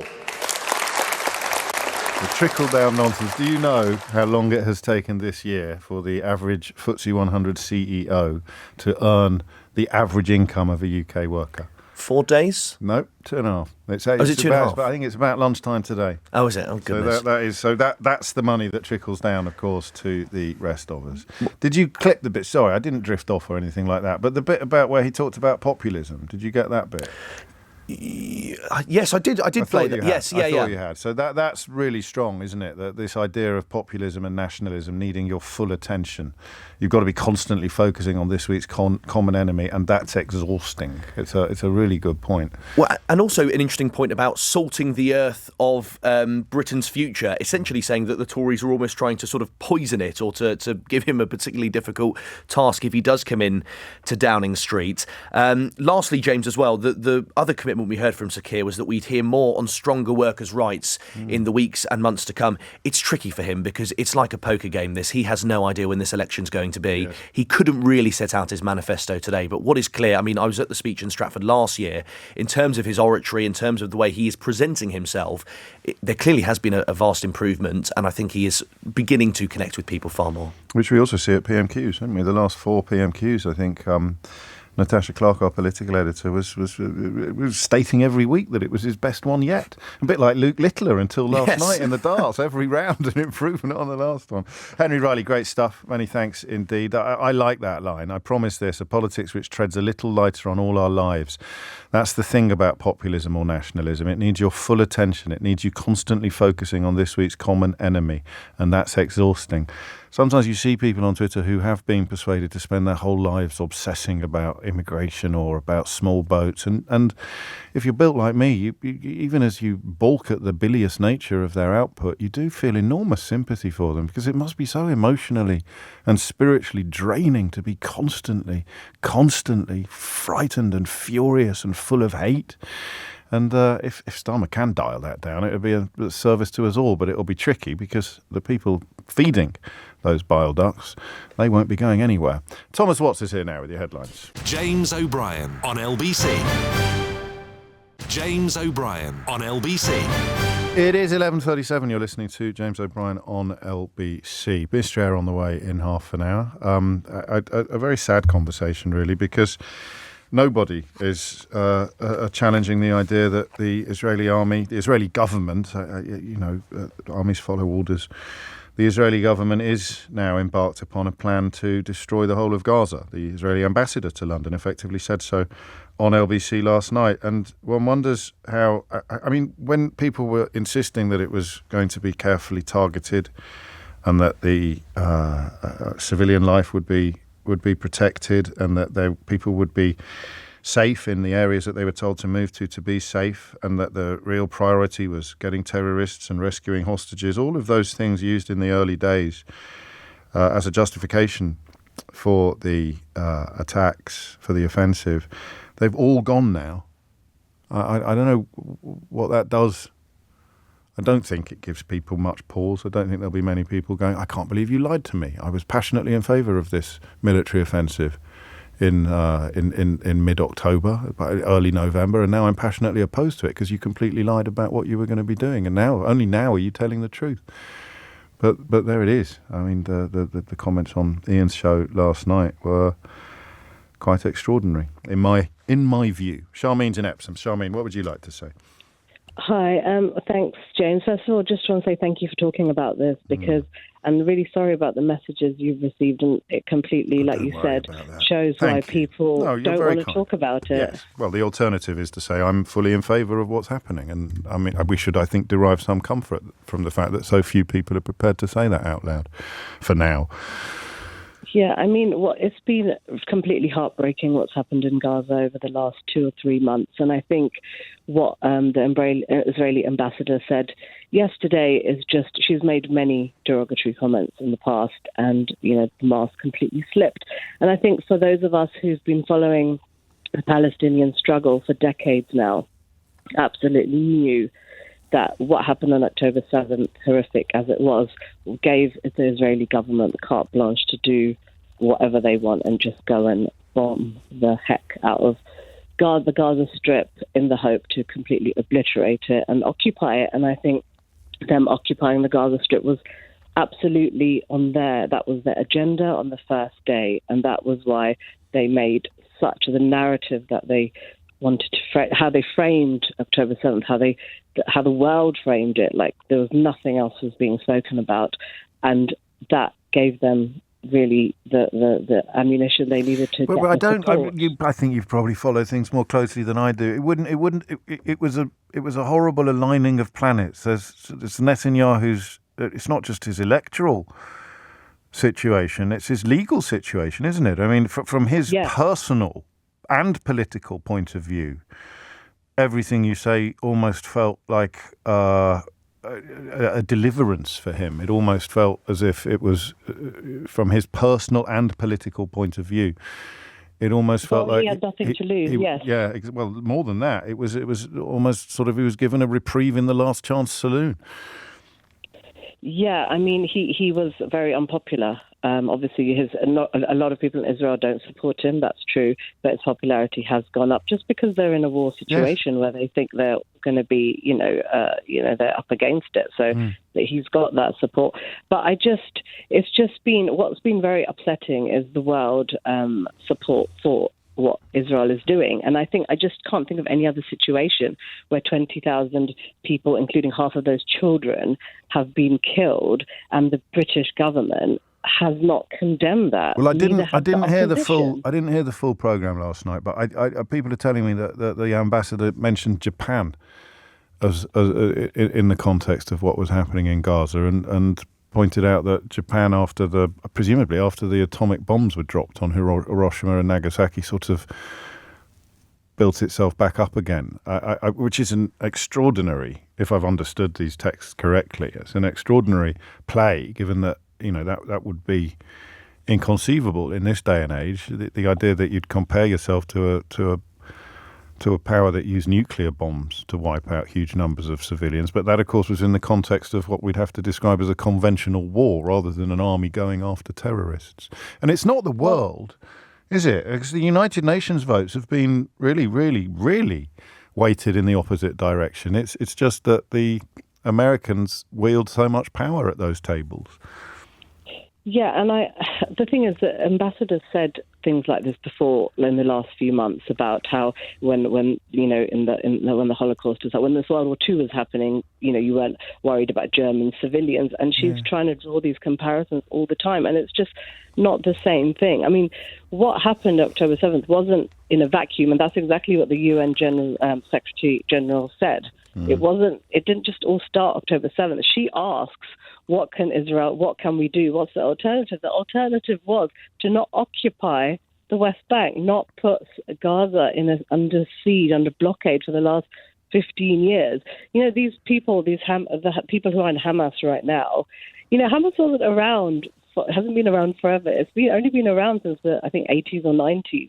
And do you think those people who are in Hamas, they have grown up being oppressed? I'm sure when they were children, I mean, they have lived in being occupied by Israeli soldiers with restrictions on their movements. How can we know what they're like? Of course, and what they're doing now, that's creating a whole generation of hatred. Well, that's the great. It's so confusing for people to understand. No, well, I think there's a combination of apathy, misinformation, and bizarrely, Charmaine, I'd say hope. A sort of hope that it is that you can eradicate ideology by displacing people, that you can somehow remove that existential threat to Israel by doing what they're doing now. Some people have to cling to that hope because, well, the alternative is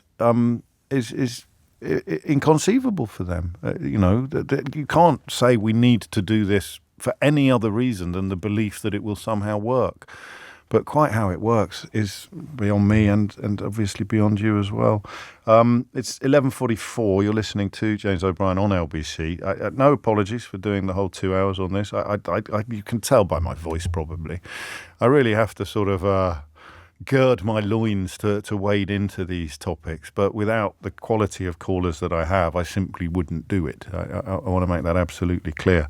And the unpleasant messages that come in really are par for the course. I wouldn't want anyone to see. What I forget, of course, is that if you were at work and you got a message calling you a disgusting anti-Semitic animal, you'd be really freaked out by it. But not to minimise the unpleasantness behind the decision to send in stuff like that, I promise you that I'm fine with it now. I wasn't back in the day, and I think I probably did censor myself for fear of being abused like that, but I don't anymore. And it's never water off a duck's back, so to speak. But as long as you're clear about who you answer to, then you can carry on, and you answer to your conscience. James O'Brien on LBC. James O'Brien on LBC. 11:48 is the time. I do love that line from Starmer. I promise this, a politics which treads a little lighter on all our lives. That's the thing about populism or nationalism. It needs your full attention. It needs you constantly focusing on this week's common enemy, and that's exhausting.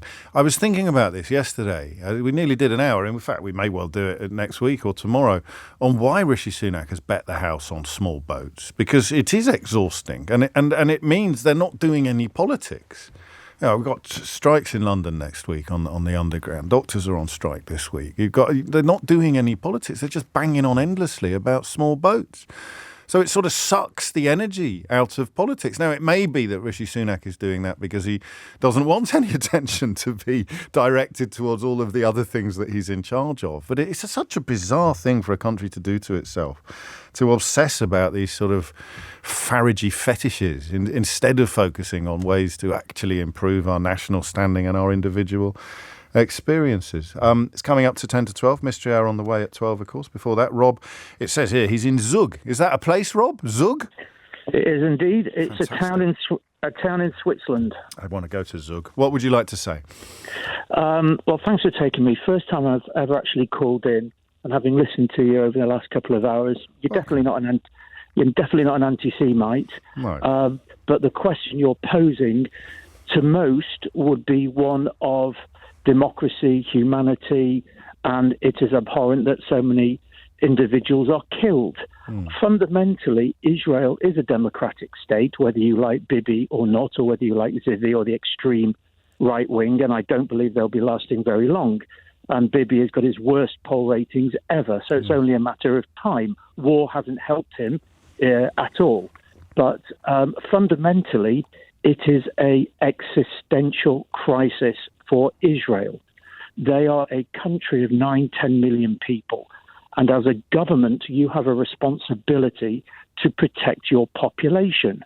So when you have a terrorist state on your borders whose only goal is to, one, have an Islamic state and to overthrow the state of Israel and to expel all 9 million Jews who live there, I don't think it's 9, I think it's 7 million Jews and 2 million others, you have no choice. You have a moral and legal obligation to your population. And 20,000... But that would have been true before October the 7th, wouldn't it? Very true. Yeah. And I think Israel is no one would have argued it before October. No one would have said we have a moral obligation to... I think you're saying to wipe out Gaza. What I'm saying is they have a moral obligation to protect their citizens. Yeah, but by doing what, Rob? Let's not be disingenuous. By doing what? If the consequence of that is that there is the destruction of Gaza, however horrible it is, that is their legal and moral obligation. Well, I'm grateful for you for saying it out loud, but that's, of course, if we swap the words around, that's what Hamas believe about Israel. Correct. So you're putting yourself in exactly the same moral space as them. I'll tell you why not. Because Israel wasn't throwing rockets onto Gaza. Israel wasn't. Israel is. Let me out. It was enclosed. Well, no, I won't, because you've made one point, and I'll make one, and then you can make another one. They're enclosing the Palestinian people in what has been described by the head of the United Nations as the largest open prison in the world. Which is, all the statistics, Monaco is more densely populated than Gaza. Yeah, but if I live in Monaco, I can hop on a plane and go wherever I want in the world. It wasn't enclosed when there was a democratically elected state. Yeah, but it is now. There. It is now. And then I could go back and point to you to the period in history when there weren't rockets being fired at Israel. This is a silly conversational gambit. No. When Hamas threatened, when Hamas took over and killed the Fatah and the non-Hamas individuals and threatened to kill all those Jews, that Israel doesn't have an obligation to open its borders to any country. No country sovereign has an obligation. But you're supposed to be telling me why calling for the complete eradication of Gaza is different morally from calling for the complete eradication of Israel? Because Israel isn't looking to eradicate Gaza because you just told me it was. You just told me it had a moral obligation to do so. No, it has a moral obligation to defend itself. It doesn't have a moral obligation to attack And the Gaza. Hamas position is that we need to repel occupation. But you cannot call a sovereign nation cutting off its borders. But by the way, thousands and thousands of Gazans worked in Israel every day. So you cannot say that the border was closed. Hamas decided... I can, because it was. No, its border wasn't. Its border to Egypt was open. Its border to Israel was open. Yes, So how do you but think now they it's had closed.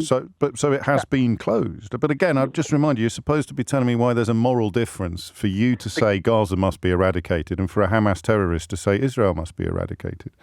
Because one is a democratically elected state looking to defend its people. But no one's been elected on a mandate to eradicate Gaza.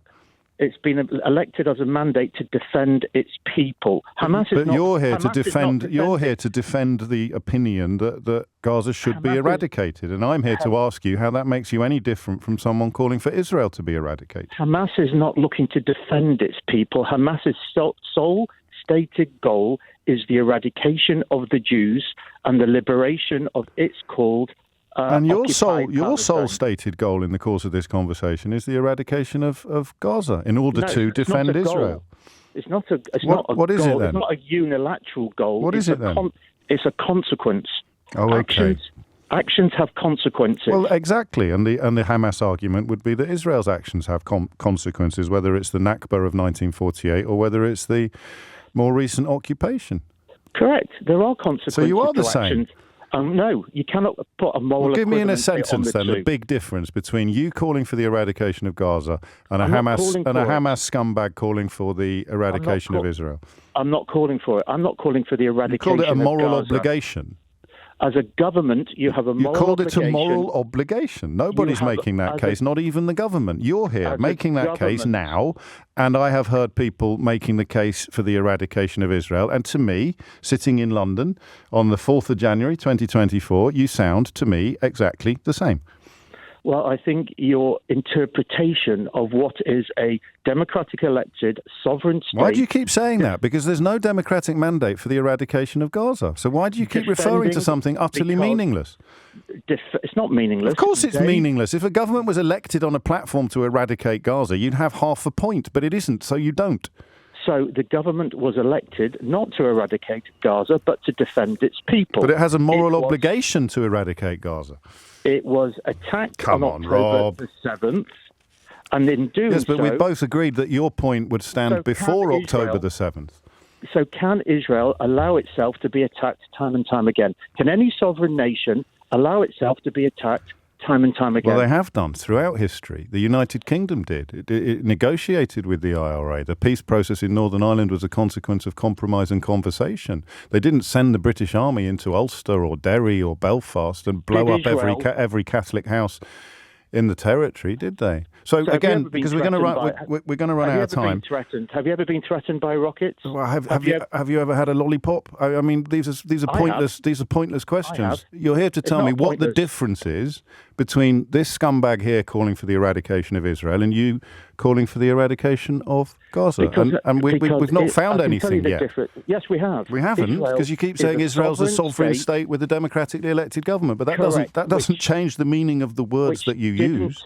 have its stated cause to destroy another country. And Hamas's stated But it doesn't cause have a is stated cause, Rob. It has a moral obligation and the military Hamas- capability. And that only applies to Hamas one side in this argument. a Hamas doesn't stated- have the military capability to destroy Israel, but Israel has the military capability to destroy Gaza. So what should Israelis do? Well, a two-state solution. But Gaza doesn't want it. Hamas don't want a two-state solution. Then get rid of You're- Hamas without killing a million civilians. And how do you do that? I'd treat the pursuit of Hamas terrorists with the same regard for civilian life in Gaza that you would if they were hiding in Israel.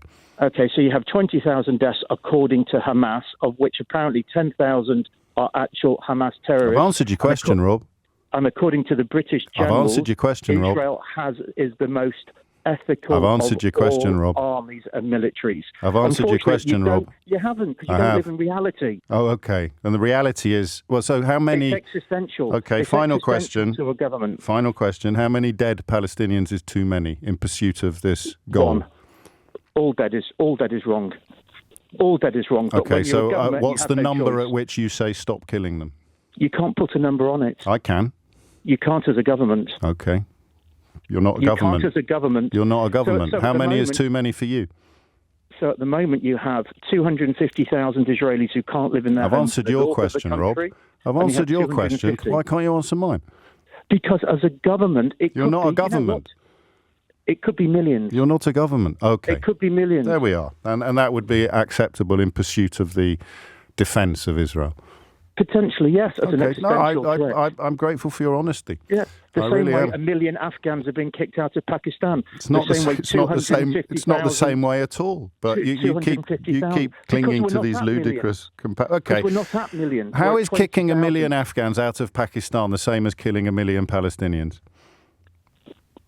Because fundamentally, there are deaths involved. People keep talking about ethnic cleansing. No, genocide. Rob. How is kicking 1 million Afghans out of Pakistan the same as killing 1 million Palestinians? Because you just said it was. It was a stupid comment of mine. Well, finally, something we can agree on.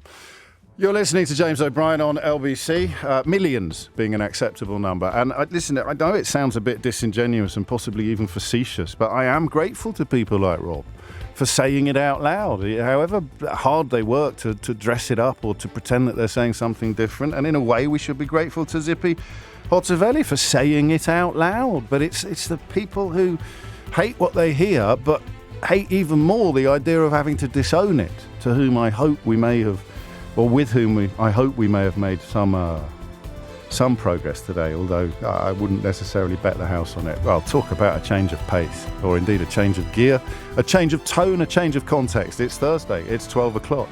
It's the first mystery hour of 2024. James O'Brien on LBC. James O'Brien on LBC. 3 minutes after 12 is the time. You're listening to James O'Brien on LBC, where the shallow end now beckons. Having spent 2 hours in the deepest of deep ends, I think we can have a little bit of a flounder, can't we, in the shallow end? Your weekly opportunity to achieve the sort of satisfaction not ordinarily available anywhere else on the radio dial. And, of course, the question of what qualifies for inclusion in Mystery Hour is one for the ages. I generally don't like questions about motoring, but apart from that, anything that's got you puzzled, anything that's got you mystified, anything that's got you beriddled, if that's a word, can qualify. You can even win. If you were unlucky enough not to receive one for Christmas, then you can get your hands on a Mystery Hour board game, best-selling board game, the Mystery Hour board game, by submitting my favourite contribution of the week, either a question or an answer. The full terms and conditions for that are at lbc.co.uk. I think that's everything. Is that everything? You want to find out more about the board game, you can go to mysteryhour.co.uk. You want to find out the terms and conditions of the competition under which you can win a board game, you need to go to lbc.co.uk. I think we'll just crack on. Ross is in Bowness in Scotland. Ross, question or answer? It is a question, James. Carry on. My question was, how was measurements measured? How were measurements measured? Well, all of them. Yeah. Well, I suppose. We'll be here all year. I was thinking more about your time and weight. When, for example, a second was invented or worked out, time's a construct, so how did it just say, well, this is a second, this is exactly Let's just do that then. Second? Let's just do that. Yeah, because I suppose weights are a little bit easier, but yeah, time a second. When did a second become a second? When did a second become a second? How did they agree upon that measurement? And then was it the same 500 years ago as it is today, with different computers and different ways of measuring things? I mean, it's a bit of a crazy question, isn't it? Well, my mind wanders at work a lot, so. Well, not in the last 2 hours. That's too risky. I've got to be like, that's why I'm so exhausted. But generally, my mind sometimes wanders. So you start with a day, wouldn't you? You'd start with the day, then it gets turned into 24 hours, and then it gets turned into an hour is 60 minutes and a minute is 60 seconds. So somewhere, someone, somehow made those decisions. Yeah, but then it was obviously when it was down to the sun and shadows, I imagine, when they were originally measuring a day, how could they break it down into seconds and minutes when they didn't exist yet? Mm. And how did they decide what that was? When did a second become a second? When did a second... I mean, I just can't believe I've got no clue about that. I just thought there'd be some sort of... I can't just say something random like it was probably the Egyptians. I just don't know. That's a great question. That's why Mystery Hour is so magical, isn't it? Because even after all these years... Something like that, and someone will ring in now or text in and say, actually, I think you'll find this question was answered in 2007. It's contained within the Mystery Hour board game, which we played on Boxing Day. Yeah, but it doesn't matter, does it? I can't remember, therefore it never happened. If I can't remember it, it never happened. Eve is in Brussels, in Belgium. Eve, question or answer? Hello, James. Hello. Hello. First of all, I have to say, this question is from my wife. My wife is too starstruck to talk to you. So Don't be ridiculous. What's your wife's name? I put her on the list. Anne-Marie. Anne-Marie, okay. What is the question? Okay. I was wondering why the head at the top of the neck of a violin or a cello or a double bass always has the shape of a spiral. Because if the shape has a function, I don't know what function. Well, the strings wrap around it, don't they? No, they wrap around the peg, don't they? Yeah. And I wonder if the shape has a function, but the fact that I've seen sometimes, very, very seldom, another shape like a lion's head. Like a what? A lion's head. Oh, yes. I've seen that once. Okay. At a concert, but it's very, very, very seldom. For centuries, apparently, all the heads at the top of the neck of violins and cellos always have that. Whereas they sort of they curl in on themselves, like a sort of exactly, like a flat and spiral, a coil, like a coil. Exactly. Well, it looks nice. It could just be aesthetic, couldn't it? It could just be aesthetic. Yes, but I mean, there are many other shapes that look nice. You could have it you could have it sharpened, and then you could have it as a weapon in case there was a stage invasion or something like that. When Stravinsky was doing the Rites of Spring, if he'd had armed violinists, everything could have turned out slightly differently. I love that. Will you thank Anne-Marie for me, please, Eve? That's a wonderful question. Thank you. Well, thank you. I hope we get an answer. Why do stringed instruments have that coil effect, the spirally bit on the end of the neck, it doesn't serve any function as far as we can tell, but maybe it does. 12:09 is the time. And where do seconds come from? When did we get seconds? Steve is in Bromsgrove. Steve, question or answer? Question, please, James. I drove through Bromsgrove last week, Steve. Did you? Whereabouts? I was on my way to Brockencote Hall in Chaddesley Corbett. Very nice. It is very nice, actually. Quick pint in the dog. Lovely part of the world. What's the question? I would like to know where the king goes to the toilet. So if you just bear with me. All right. So say he's got an engagement in Brighton and he's driving back to London and suddenly needs to go. Does he stop off at the Peace Pottage service station, or do they have somewhere planned in between? Is it like bus drivers? Do they have a special key for some private facilities? So when he's out and about is what we're talking about. Is there stately homes that they stop off at? If they're on their way, do they plan, or do they go, well, we'll just, Did he pop into Heston on his way to Windsor? Toby Carvery. Pull up at a pub and pretend you're going to buy a drink, or do that thing where you look as if you're walking back to your table when in fact you're just trying to find the gent. Has he got? I mean, he's not got people to do it for him, has he? That's one thing you can't delegate. It could be a long drive back from. Well, it would be a long drive. I mean, you'd go before you set out, but it's no guarantee, is it? No, those prawn sandwiches might repeat. That's a wonderful question. I don't know if I'm allowed to tell you this, Steve, so keep it between us, will you? But there is a toilet at the Royal Albert Hall that is reserved for the monarch. How do you know that? I can't tell you that. I'd have to kill you.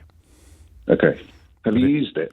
I certainly can't tell you that. I would really have to kill you. But it is so that the monarch doesn't have to, queue up with everybody, which was more of an issue, I think, for the last monarch than for the current one, because, the queuing element would be more noticeable, probably. But so where does he go to the loo? Where does he go to the loo on a long journey? That's a great question.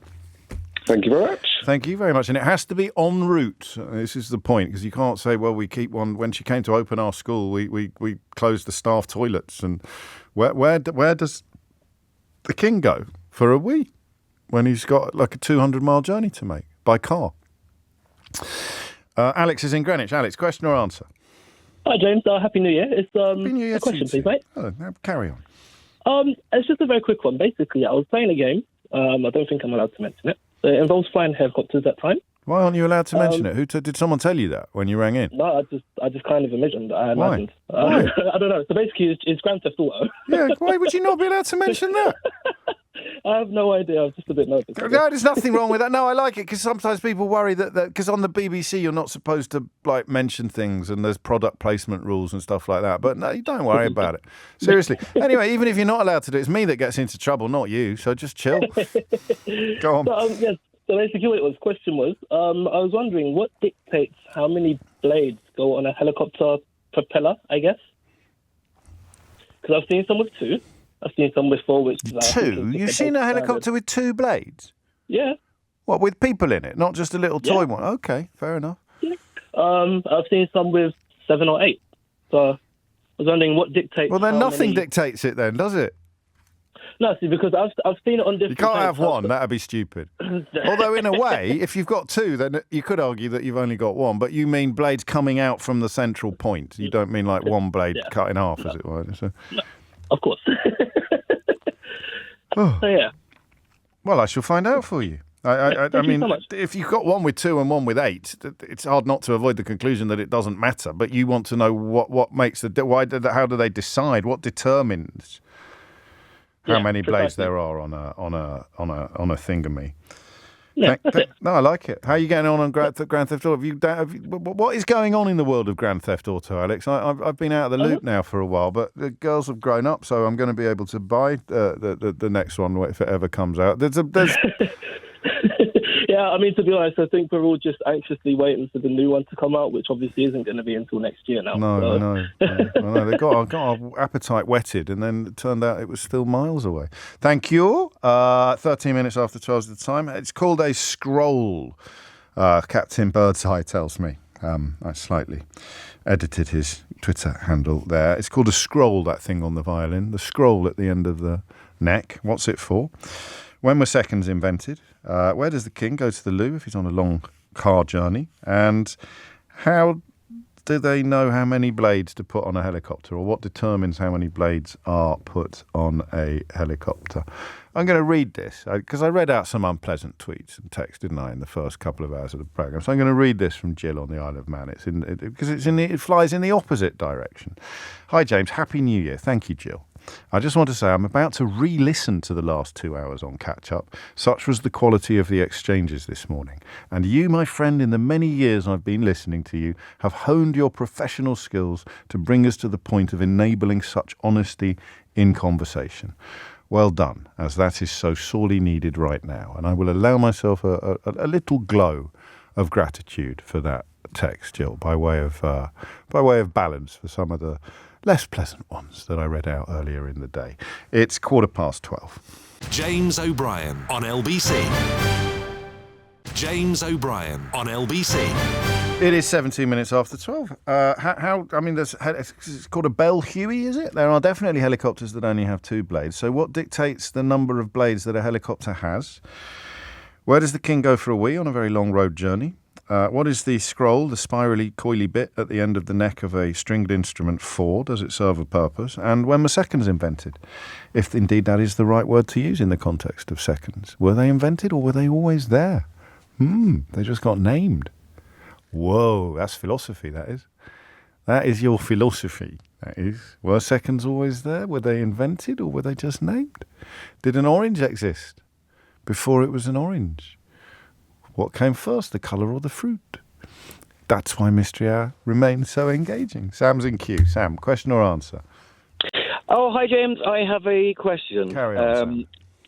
Basically, over the Christmas period, I was unfortunate enough to go down with the flu. I hadn't been ill for at least 5 years. I can't even remember the last time I've been ill, but I was hit bad. I was coughing, spluttering, all of the above, all the shivers, all the pain. And I was kind of curious. There's a sort of, I don't know whether it's an urban myth, man flu. Do men suffer from flu more severely than women? I mean, I don't imagine the failure of the species would have survived what I went through. It was bad. Oh, pathetic. It's ridiculous. So what's the question? Is man flu a real thing? Is it a real thing? I mean, how could you quantify, do men suffer more than women from flu? No, but that's not what man flu means. No? No, it's the opposite. Man flu is a cold that we think we're really suffering on an untold scale, but a woman with exactly the same virus would just get on with it. Well, wait, is it an urban myth, though? I mean, no, because you've just proved it. You just said that you don't think a woman could cope with the terrible pain that you were suffering. She wouldn't have even been in bed, mate. Well, I did. There are a lot of sketches that sort of mock this, but I did read somewhere or hear somewhere that I mean, this is why with measles we suffer more as adults, because we're bigger and then there's more of the virus in us. So maybe as men, because we're generally bigger than women, we have more virus within us and we suffer more. That was my scientific thought on it, as opposed to the... No. Women generally have a higher pain threshold for hot water. That's come up on Mystery Hour before. I don't know if you've ever got into the shower when the temperature setting has been put in place by a woman, but I don't know. So is man flu real? But but it's not a thing. It's not it's a. God, I nearly swore then. It's a Mickey take. Man flu. I've got flu. No, you haven't. You've got man flu. Man flu is a cold. Man flu is what you call a cold. If you're a man. Can we put it to the board, though? I don't know that we can put it to the board. No, because no one has ever claimed that man flu is an actual virus specific to men. Well, I'm not claiming that. Well, maybe they are. Maybe there is. I'm wondering whether we do genuinely have I've done that thing again. To say that we suffer more than women. Yeah, I think, I apologise. I think I've done that thing again. I've got on my high horse, and then as I've looked down from my high horse, I've thought you shouldn't have got up on this high horse. The caller might have a point. Sam could be onto something here. So is there such a thing as man flu? Yeah. Yeah? Yeah. Yeah. Okay. All right. You sure you didn't have COVID? Excuse me. You still got it. Yeah, no, I'm more or less better, but I'm not entirely sure. I've been out in. So you didn't do a test? I went on holiday by mistake, and I've been out in the. Who do you think you are, Withnail? Yeah, he's one of my heroes. But I'm in Purbeck at the moment. I've been in a sort of little cottage in the middle of nowhere, and I haven't really had access to. Okay, so you could have COVID, but you didn't. You haven't been able to do a test. I'll tell you something funny, Sam. When you coughed, then my actual gut reaction, I reached for the hand sanitizer in the studio. I just thought, where's the hand sanitizer? Then I suddenly thought, no, he's at the other end of the country. I don't need to sanitize my hands. That's probably not that contagious. That would be a story, wouldn't it? That would be it. That would be a virus. I'll tell you what. Thank you, Sam. Is man flu a thing? 0345 60 60973. 22 minutes after 12. Rebecca is in Greenwich. Rebecca, question or answer? It's an answer. Carry on. So the scrolls on a stringed instrument, the scroll at the end, serves no function. Oh. It's purely decorative, and it was often sort of used as a marker of the maker's skill set, if you like. Okay, right. So to kind of display how fancy they were or how good they were at making violin, viola, cello, whatever it was. So yeah, there you go. No function at all. I suppose it just becomes a thing over the years, and they all have to do it. Are you sure? Qualifications? So my mum was in the London Symphony Orchestra. She played the viola for 30 plus years. And she told you? I learned the violin from when I was sort of, God knows, 4.5 Because are you sure it doesn't have a resonance sort of purpose? No, because if it was just a flat edge. No, that's all in the inside of the instrument. That's why it has the cutout sections on either side. But it was one of the first things I said to my mum was, why is this like a snail? And Mum said, it's to show off. Maybe she said it to me because I was a kid and it was cute. But as far as I know, it doesn't serve any purpose in terms of sound or No. timbre or anything like that. No. Fair enough. I mean, it's around. I mean, someone might do a challenge on this one, but it's a round of Yeah, applause for you. I'll welcome it. Oh, thanks. At this I'll stage. welcome a challenge happily. That's fine. I could well be wrong. There it is. Don't we all? Thank you, Rebecca. Let me just write your name down next to Ross's. No, it was Eve. It was Anne Marie actually who asked that question via Eve, and it was Rebecca that answered it. Sam's in Cardiff. Sam, question or answer? Question, James. Yes. I don't remember very much from school. However, I do remember that I was told that as a human, your eyes can see your nose, but your brain cancels it out. Okay. Does the same apply to all animals? Well, how on like earth would we dogs? ever know? How could we know unless they can talk? Well, this is why I'm asking. So what's got quite a big nose? Well, you've got like a dog, which has got from a pug a very small nose to something like a German Shepherd with a long nose. But What things about like a penguin with a beak? A penguin or a heron or something like that?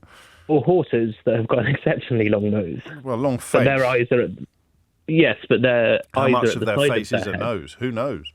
Who knows how much of their face is a nose? But can they see it, or does their brain cancel it out in the same way? Okay. So you can Or see your an nose anteater. if you try to, can't you? You do this Yeah. thing where you look down, and you can sort of certainly if you close one eye, it's a lot easier. But there is some sort of what I would call cerebral editing going on there. The brain is just removing it from your vision. Otherwise, it would be weird, wouldn't it? It'd be there all the time. It'd be like a little like a rifle sight on a video game or something. That everywhere you looked, it was in shot. But do animals? Does that work for other creatures? I just can't for the life of me conceive of how we'd know. But I will put it on the board. I mean, some must know, mustn't they? Because they use it. So like a heron must have a fairly clear idea of how big its beak is. Otherwise it'd never catch a fish, would it?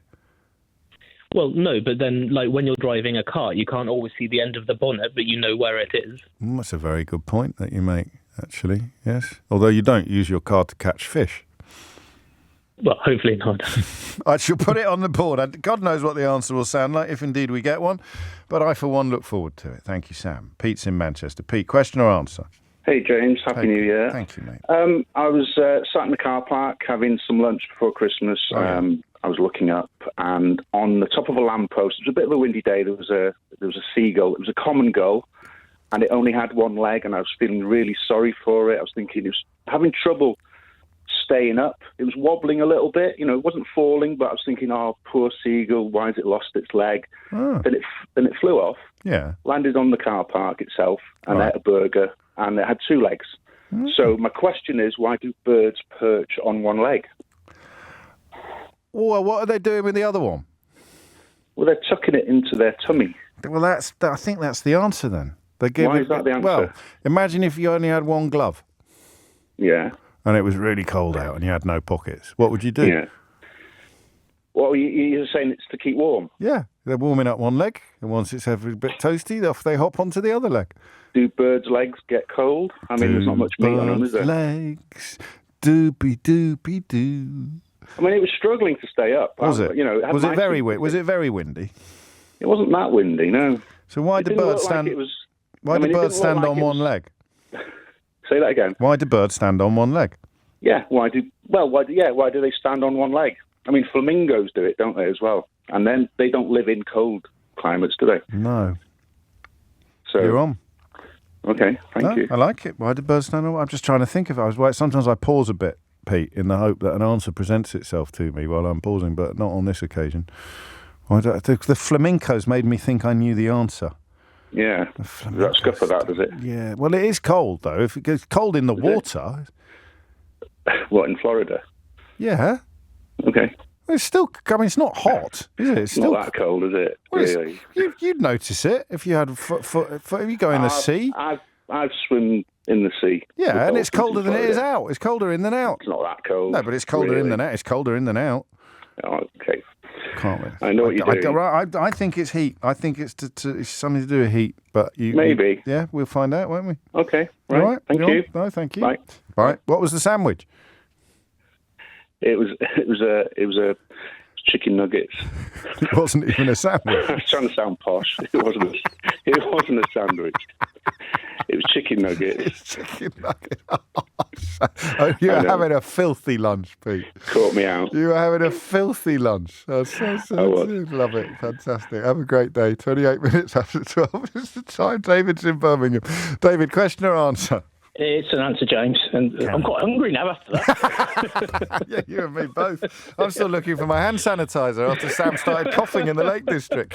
What have you got for me? Go on. Okay, it's an answer to the helicopter question. Yes. And first off, have you ever seen MASH? Yeah, not for a while, though. Then you've seen a helicopter with two blades. Oh, of course you have. Yes, you're right. Just to take you back on that. But the reason that helicopters have different numbers of blades is really, I mean, there's plenty of factors, but the main one is to do with the amount of lift that's required. In the industry, helicopters are also known as rotary wing aircraft. And the rotor is essentially a wing. You need a combination. Well, basically, the lift is generated by the area and the power. So if you had an enormous, so if you had a big old helicopter like a Chinook or a Sea King or something like that, yes, if you only had two blades, they'd need to be ridiculously long. So what they do is they add other rotors so that you can have a smaller disc area. Yeah. While still continuing to have the amount of power. So, I mean, it's pretty straightforward then. You create more lift, the more rotors you have, the more lift you create, so the heavier the helicopter, the more you need. And of course, you don't. It's a fine balance because whenever you create lift, you also create drag and weight. So it's a trade-off between the two. But if you've got a really big helicopter, you just need to put more blades on it. That's fantastic. Qualifications? I did 1 year of an aeronautical engineering degree, and I work for a company that makes the actuation systems that cause the rotors to move because they actually change the angle of incidence. So as they're coming towards the front of the helicopter, they have a positive angle of incidence. So if you think about putting your hand outside when you're on a motorway or on maybe not a motorway, but a fast road, and have it angled up, that's a positive angle of incidence. And if you have it the other way, it's negative. So you get lift on the way. Of course you do, yeah. Crikey. Yeah. Why did you only do 1 year? Sorry? Why did you only do one? I did more applied drinking than aerospace engineering. So you dropped out? Yeah. But you still got a job in the sector? Oh, yeah. Does your boss know that you didn't finish your degree then? Yeah. That's a relief. I actually did a degree in economics and then did a Master of Science in something else as well. So, I'm going for the full set. I've only got the economics. I just need the maths, physics and bionics, and I too can be Kevin. That's a big round of applause. That's a lovely answer. Thank you. No, thank you. It's kind of obvious when... you think about it, but to have it explained so expertly was an absolute pleasure. Time now for the very latest news headlines with Amelia Cox. James O'Brien on LBC. James O'Brien on LBC. 12:35 is the time, and you're listening to James O'Brien on LBC. The chicken nuggets have ever caused quite as much hilarity as they did when Pete mentioned them a moment ago. When were seconds invented? What does the king do when he needs a wee on a long car journey? Is man flu a thing? Is there any sort of scientific basis behind the story, the phenomenon of man flu? Can animals see their noses? And why do birds stand on one leg? Richard is in, it says here Ashford de la Zouch, but surely it's Ashby de la Zouch. Yeah, it's Ashby de la Zouch, yeah. Yes, I thought so. That's where Rick Astley comes from, isn't it? No, never. Are you sure?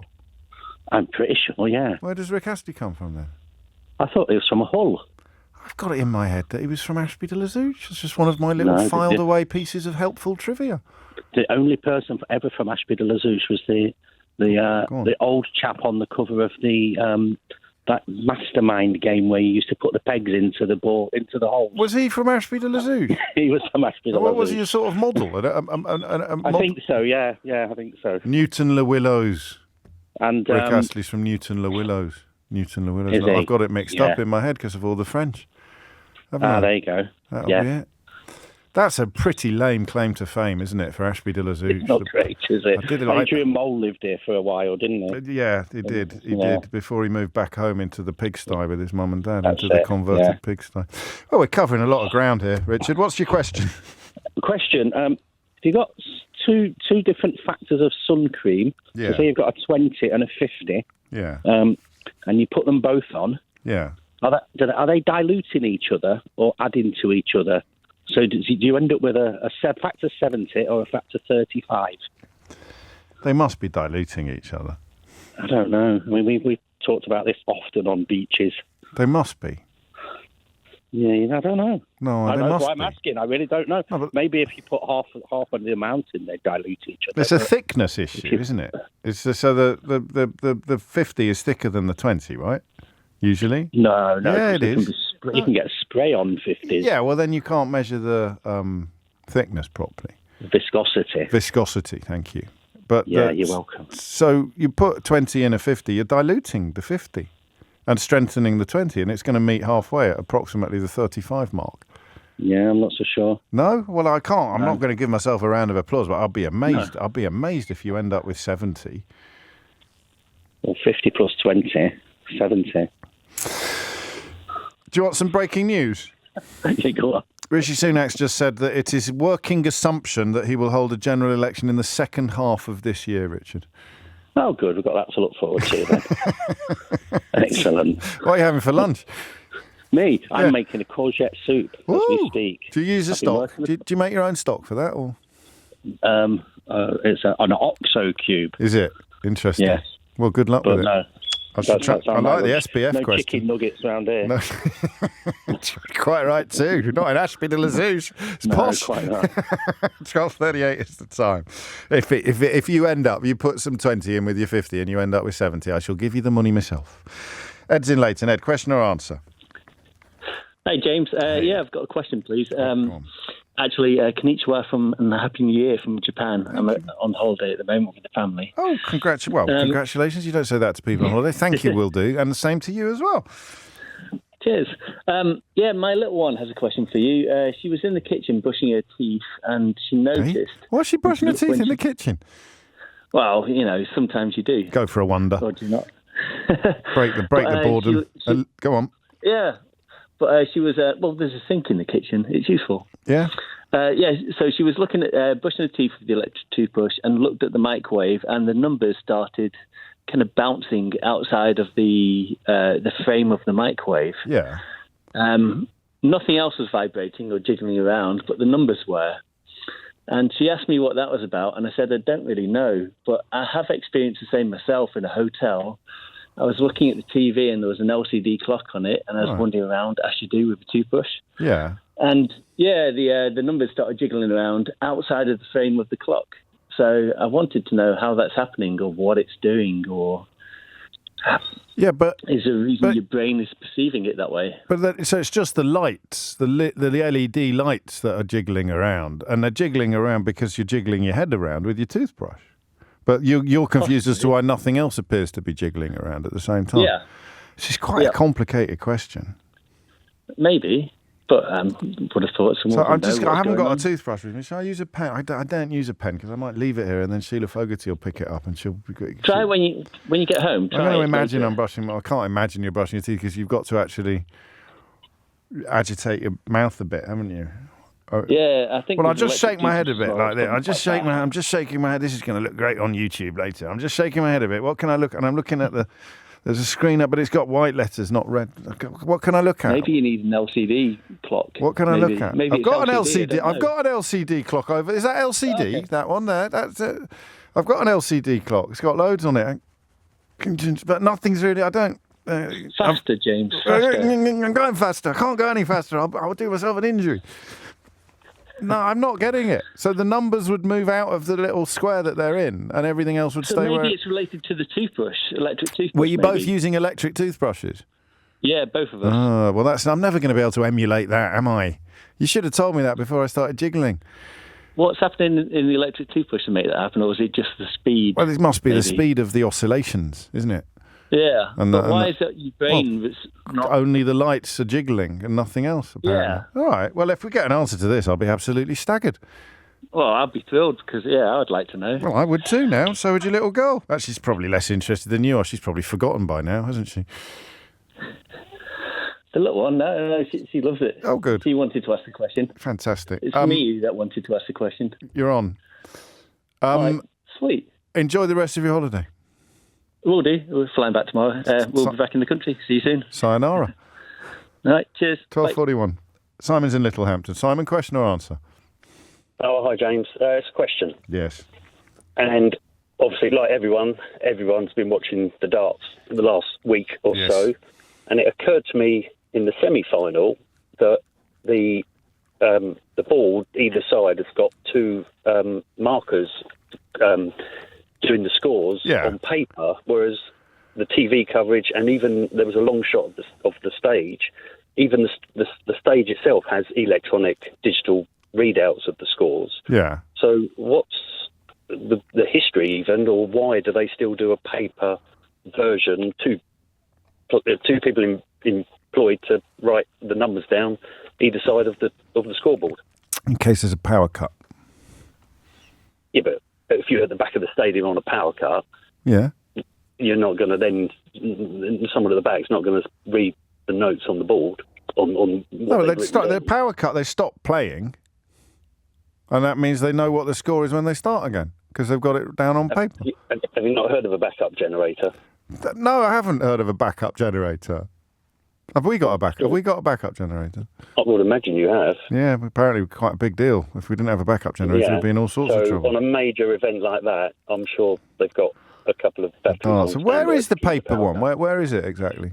There's two guys. So as you look at the dartboard itself, you've got the guy with the microphone. It was his Ross. I forget his name, but Ray. It was his last one last night, wasn't it? It was indeed. Yeah, it was quite an emotional. Good luck, Ray. And Good luck, mate. Good luck with that. When you shook hands. Yeah. So to the right of him and to the left of the other board, there are two guys with felt tip pens and a giant A3 or A2 whiteboard. Just doing it manually. Doing it manually, and it only occurred to me watching the semi-final why. Maybe they do the sums. Maybe they do the sums. They still do the sums. How would they relay that to the person that's then keying in the scoreboard? Because that's got to be instant. Those players were so fast. They really were, weren't they? It was they were literally. Yeah, it's a great question. It's a great question. Why do they still do the scores on paper when you know the technology is not only present but better, but quicker? Yeah, and if Luke Littler phones in. There you go. That's a Ray Liotta all day long, isn't it? Or maybe just Humphreys, though. I don't know. No, we'll accept the defeated finalist. Well, in fact, we'll probably accept any professional darts player as a Ray Liotta. Within reason. Within reason. Thank you, mate. I like that one. We'll try and get you an answer. Why do they still do the scores with pen and paper at the darts? Why does the display on a microwave or an LCD clock jiggle when you're brushing your teeth, but nothing else does? If you mix different SPF suntan creams, lotions, do they add to each other or dilute each other? Why do birds stand on one leg? Can any other animals see their noses? Is there such a thing as man flu? Where does the king do his ablutions on a long car journey? And when were seconds invented? We need some answers. Can we get rid of some of these questions? I need these phone lines for it. We need some answers. It's 12:45 and we've only answered 2 questions. I can't do everything. Get me some answers. James O'Brien on LBC. James O'Brien on LBC. It is 12:48. I love Listen Back. What do we call it? Listen Back? Is it called Listen Back? You know, and Rewind Live Radio and all that stuff. Because Global Player and all that. Because some people forget that they're listening. They're not listening live, you know. So I get these messages, and I think, what are you on about? Sometimes I get messages that were intended for Nick, for Ari. In the first sort of 10 minutes of the show, I really do a double take on that. So what do you can't call me that. Unbelievable. But then sometimes I'll get some about my own show, but they're like an hour or 2 out of date. I like this one here from, well, it doesn't say who it's from. It's not. So, thank you for calling him the disgraced former Prime Minister, James. Please keep calling son of John that. Everyone should call him that, the disgraced former Prime Minister. It's bizarre how that these kind of things get sanitised. Anyway, answers. Shane is in Leeds. Shane, question or answer? Answer, James. That's a relief. Oh, Happy New Year, by the way. Well, the same to you, by the way. Oh, thank you. Right, it's an answer, or an attempt at an answer, to the seconds question. The modern second didn't become important until the invention of mechanical clocks. In the 16th century, I think. Is that right?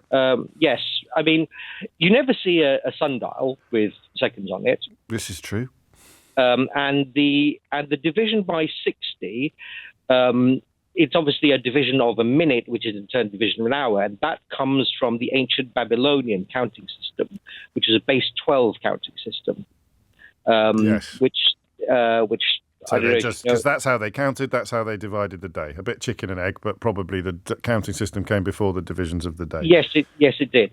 So once the mechanical clocks started coming into existence, the first clocks that had seconds on it were in the early 16th century. Okay. I think it was Huygens who invented. So they were invented by the Babylonians, essentially, and they were popularized by the horologists. No, they were. The modern second was invented by Europeans. The second was defined differently in pre-modern times. Oh, was it? Okay. Yes, but pre-modern people didn't.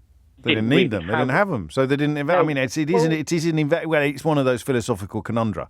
Is it an invention? Was it invented, or was it merely identified and named? You don't invent planets; you discover them. Well, they're now defined according to an atomic clock, but obviously back then, two different clocks would disagree on the length of the slightly different. So the shortest possible answer to the question, when were seconds invented, or who were they invented by, you would say the makers of the early mechanical clocks. Fair enough. Question answer. Qualifications? Amateur historian, but I happened to read this when I was looking up an answer to or a question on QI. Oh, there you go. There it is. I've lost the question. Yeah. Who asked the question then? Seconds. Ross, wasn't it? God, it was the first question of the day. Thank you, Shane. Great work. Have a round of applause. Brilliant. There we go.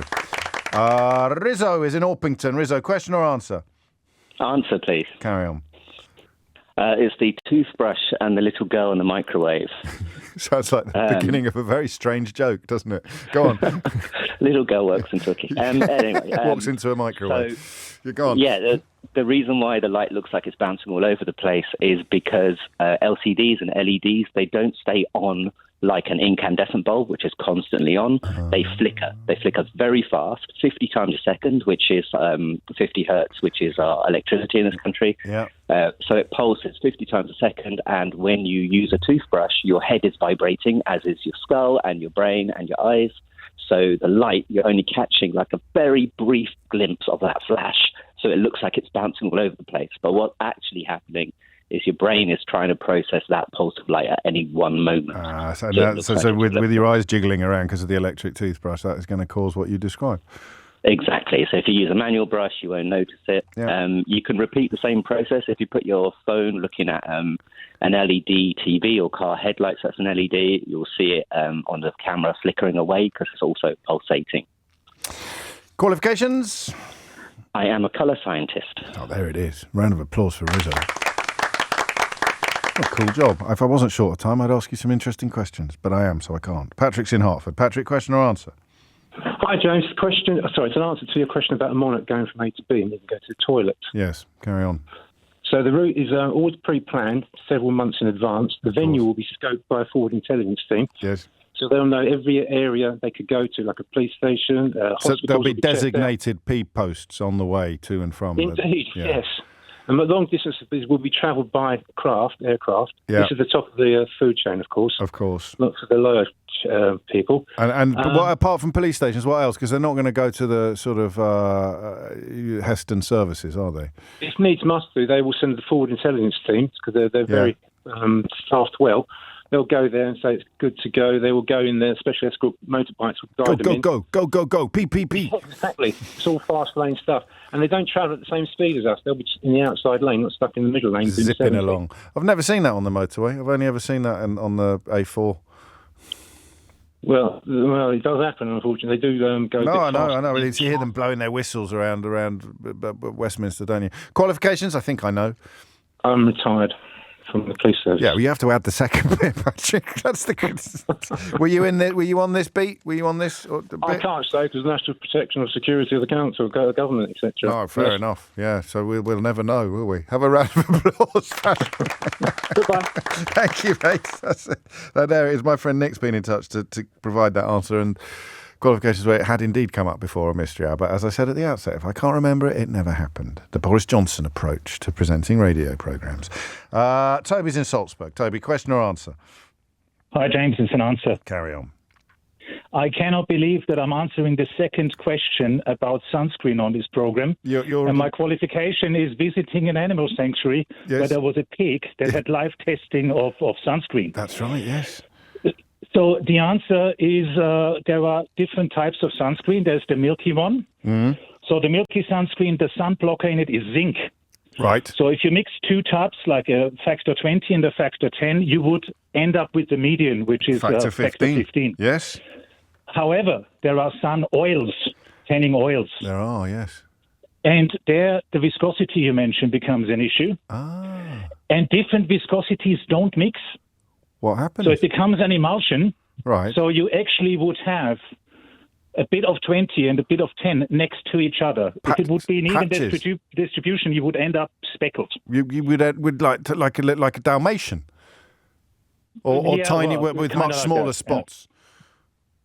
Like a it cake. It depends on how hard you shake the emulsion. Yeah. So, but it cannot mix, so it cannot dilute the factor down. Absolutely sensational answer, Toby. And it's the same qualification as last time you answered a question about something. It is pigs with live testing. James, can I just say one thing? Of course. My in-laws visited for Christmas, and I got the board game. Oh, happy days! Have you played it yet? Yeah, fantastic. But can I suggest that you bring out a festive edition, because you unwrap the thing and then it's you staring at me. And on sorry. Christmas Day. I think we might be redesigning the packaging without my face. Please do. Yes.